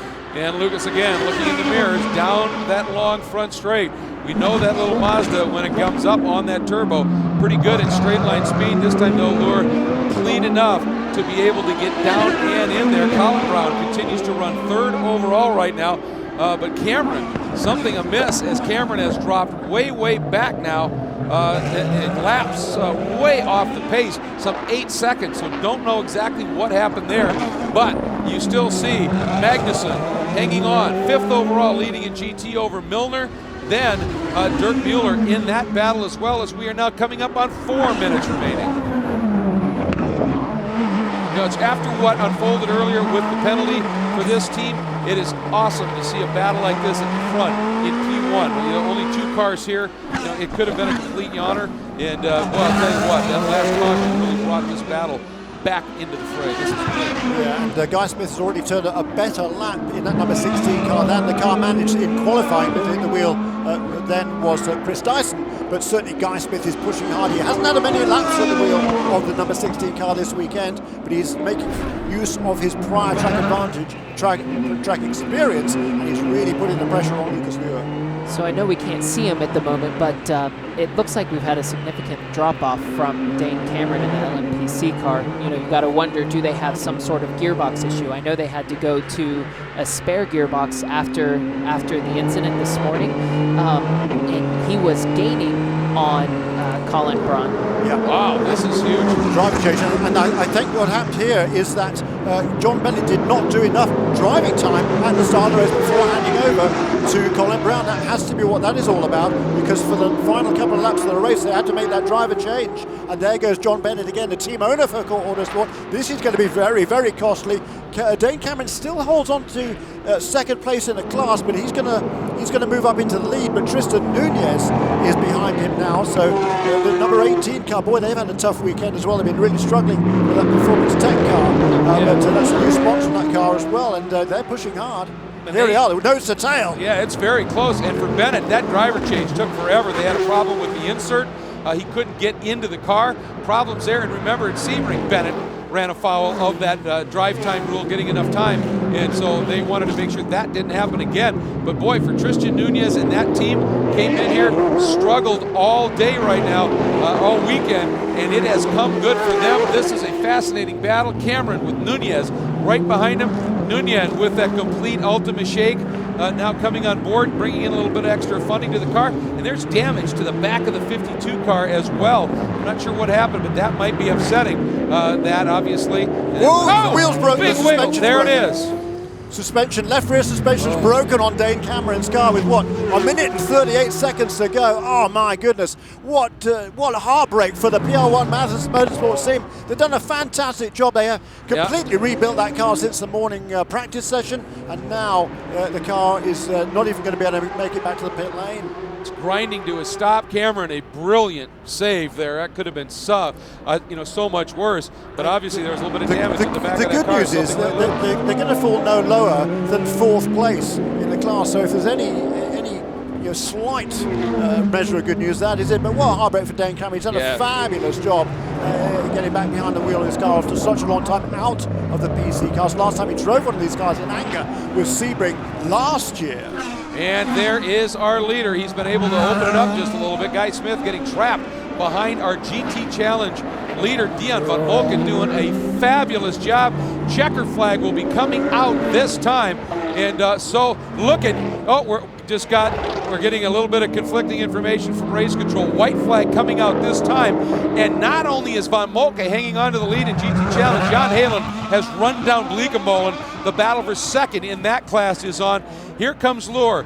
One quick flick through the chicane, and the white flag will await as we get into the last lap of this race. There comes Guy Smith, second in the Dyson Lola Mazda, and then behind them comes a huge battle in a number of different classes. Lohr down into turn 1. Yeah, and I know the Dyson Racing guys, they were really worried about the temperatures in that car, both in the cockpit and the engine as well there. Both the engine, the water and the oil temperatures were really high this morning. They were worried about that. Here's a change. Look at this. Yeah, Jan Halen, as we said, got around the 30. Lally has gone around the 30 and picked the spot up. Halen now attacking Bleekemolen, and looks like he might be looking at Bleekemolen down to the outside into the chicane. Does he do it? Well, here's how he made the pass here.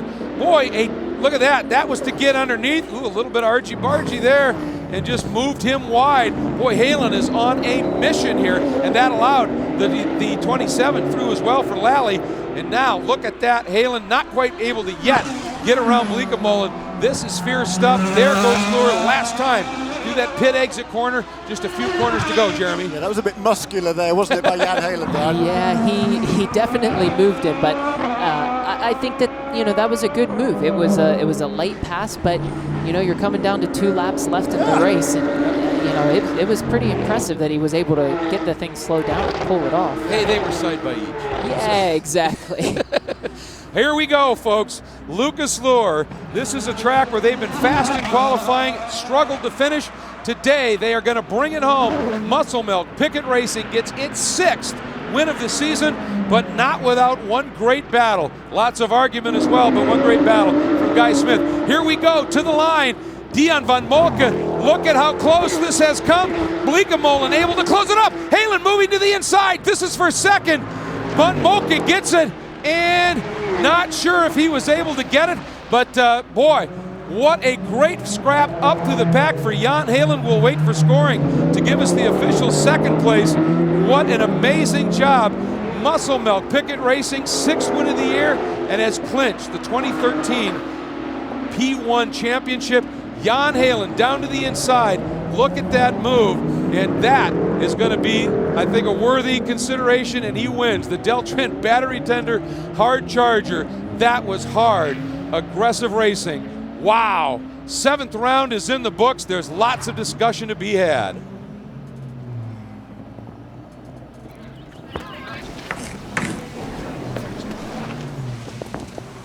You did it. You solved Corman's enigma. How did you do it, Professor? Professor? No, I'm not a professor. I'm just here to see my daughter. She's a dance major. But I did stay at a Holiday Inn Express last night. Stay smart. Stay at a Holiday Inn Express. Deltran Battery Tender battery chargers. Just like the everyday consumer, the racing community knows the importance of a healthy charge. Deltran Battery Tender is the trusted charger for some of the most respected brands in the world today. Don't let a dead battery ruin your fun or work. If you can't start it, you can't drive it. Connect a Deltran Battery Tender battery charger to all of your batteries. Available at these fine retailers. If it's not a Deltran Battery Tender, it's just a pretender. Duck. Duck. Goose.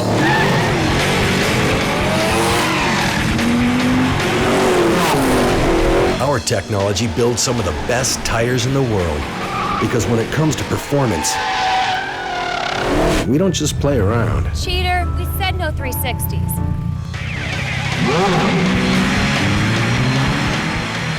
Who's up for some leapfrog?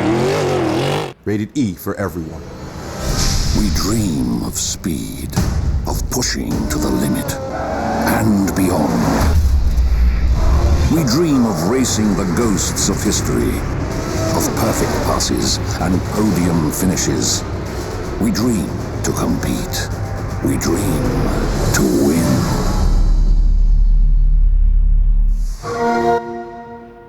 Xbox 360, starting at $99. Power is hypnotic. We're mesmerized by it, spellbound by it. In its raw form, it is just unharnessed energy, but in the hands of those who understand it, revere it, and know how to bridle it, it can become one of the strongest gravitational forces in the whole universe. So why are we drawn to power? Because we can't stop it. ESPN on ABC coverage of the American Le Mans Series is brought to you by SRT. Whether on the street or on the track, SRT is designed to get your blood racing. VP Racing Fuels, our passion is making power.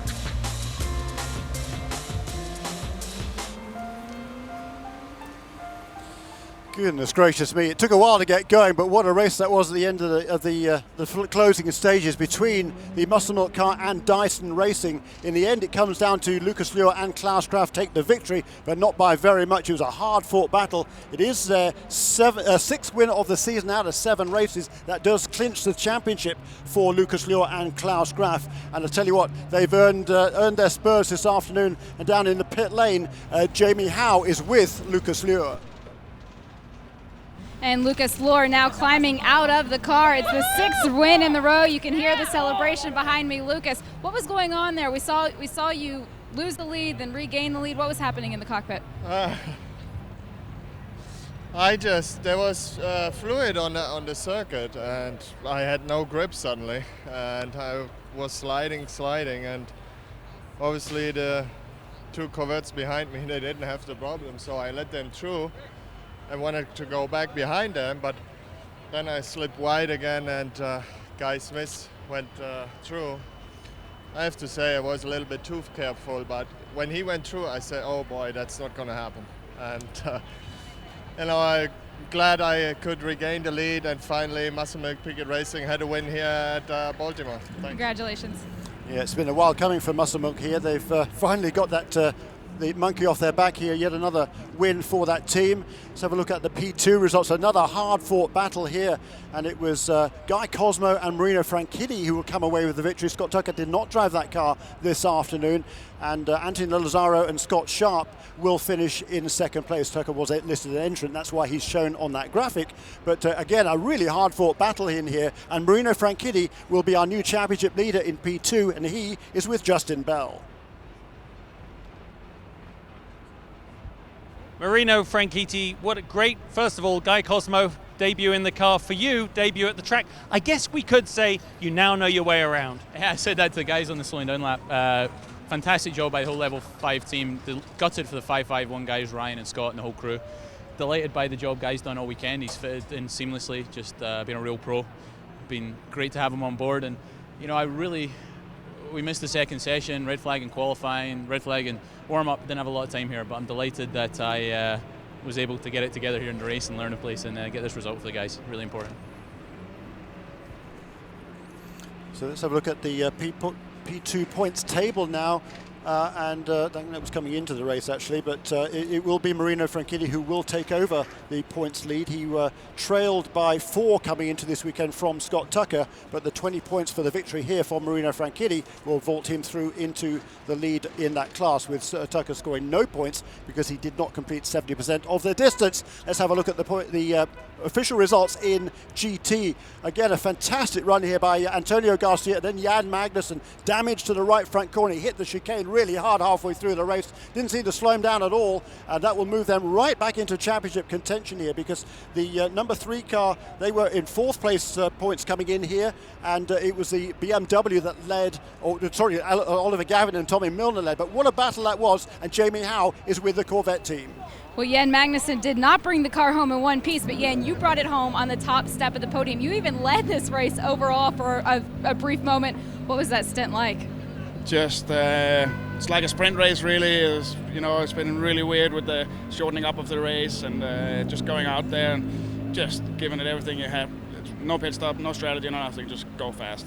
And when you look at the car, it doesn't really look like a winner, but I tell you what, fantastic car. Even after this, it's still pretty good, and I was able to get by and take the lead. I'm so happy for the team. And for you and Antonio Garcia, 2nd win of the season. Congratulations. Thank you. Thanks. Yeah, that was a hard-fought win for Jan Magnussen, and certainly he had to work extremely hard for that. In GTC, what a magnificent effort by Seth Nyman. This is his first ever win in the American Le Mans Series for Dion von Moltke in that number 44 Flying Lizard Motorsports team. Great for that team in the team championship points in GTC.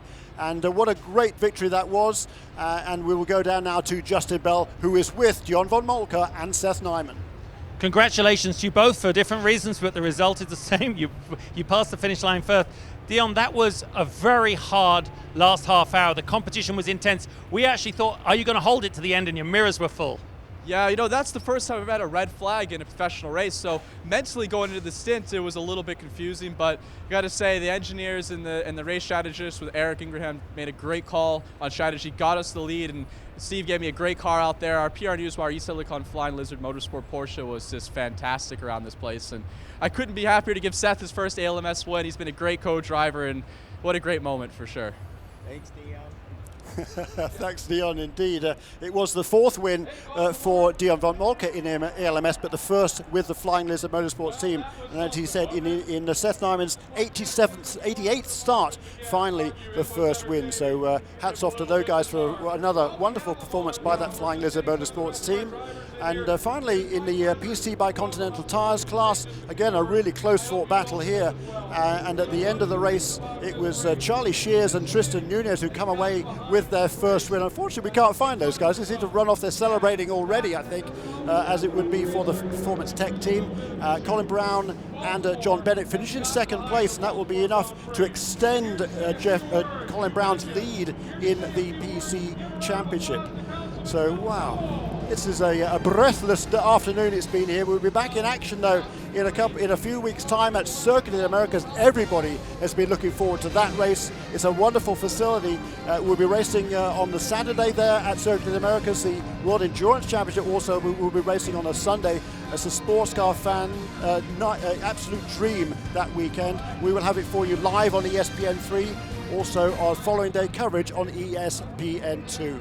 This has been just a tremendously exciting race here on the streets of Baltimore. It took a while to get going, didn't it? But I think it was worth it at the end of the day. Unfortunately, all sorts of cars were out early. Other guys were delayed. Problems, it seems, from start to finish in this race. But it certainly has been a fantastic event. I think the crowd certainly got their money's worth once the race finally got underway. But you can see here the location right by the Inner Harbor area, right adjacent to downtown. And I'm glad you could join us with us, because it's been a tremendously exciting afternoon, no doubt about it.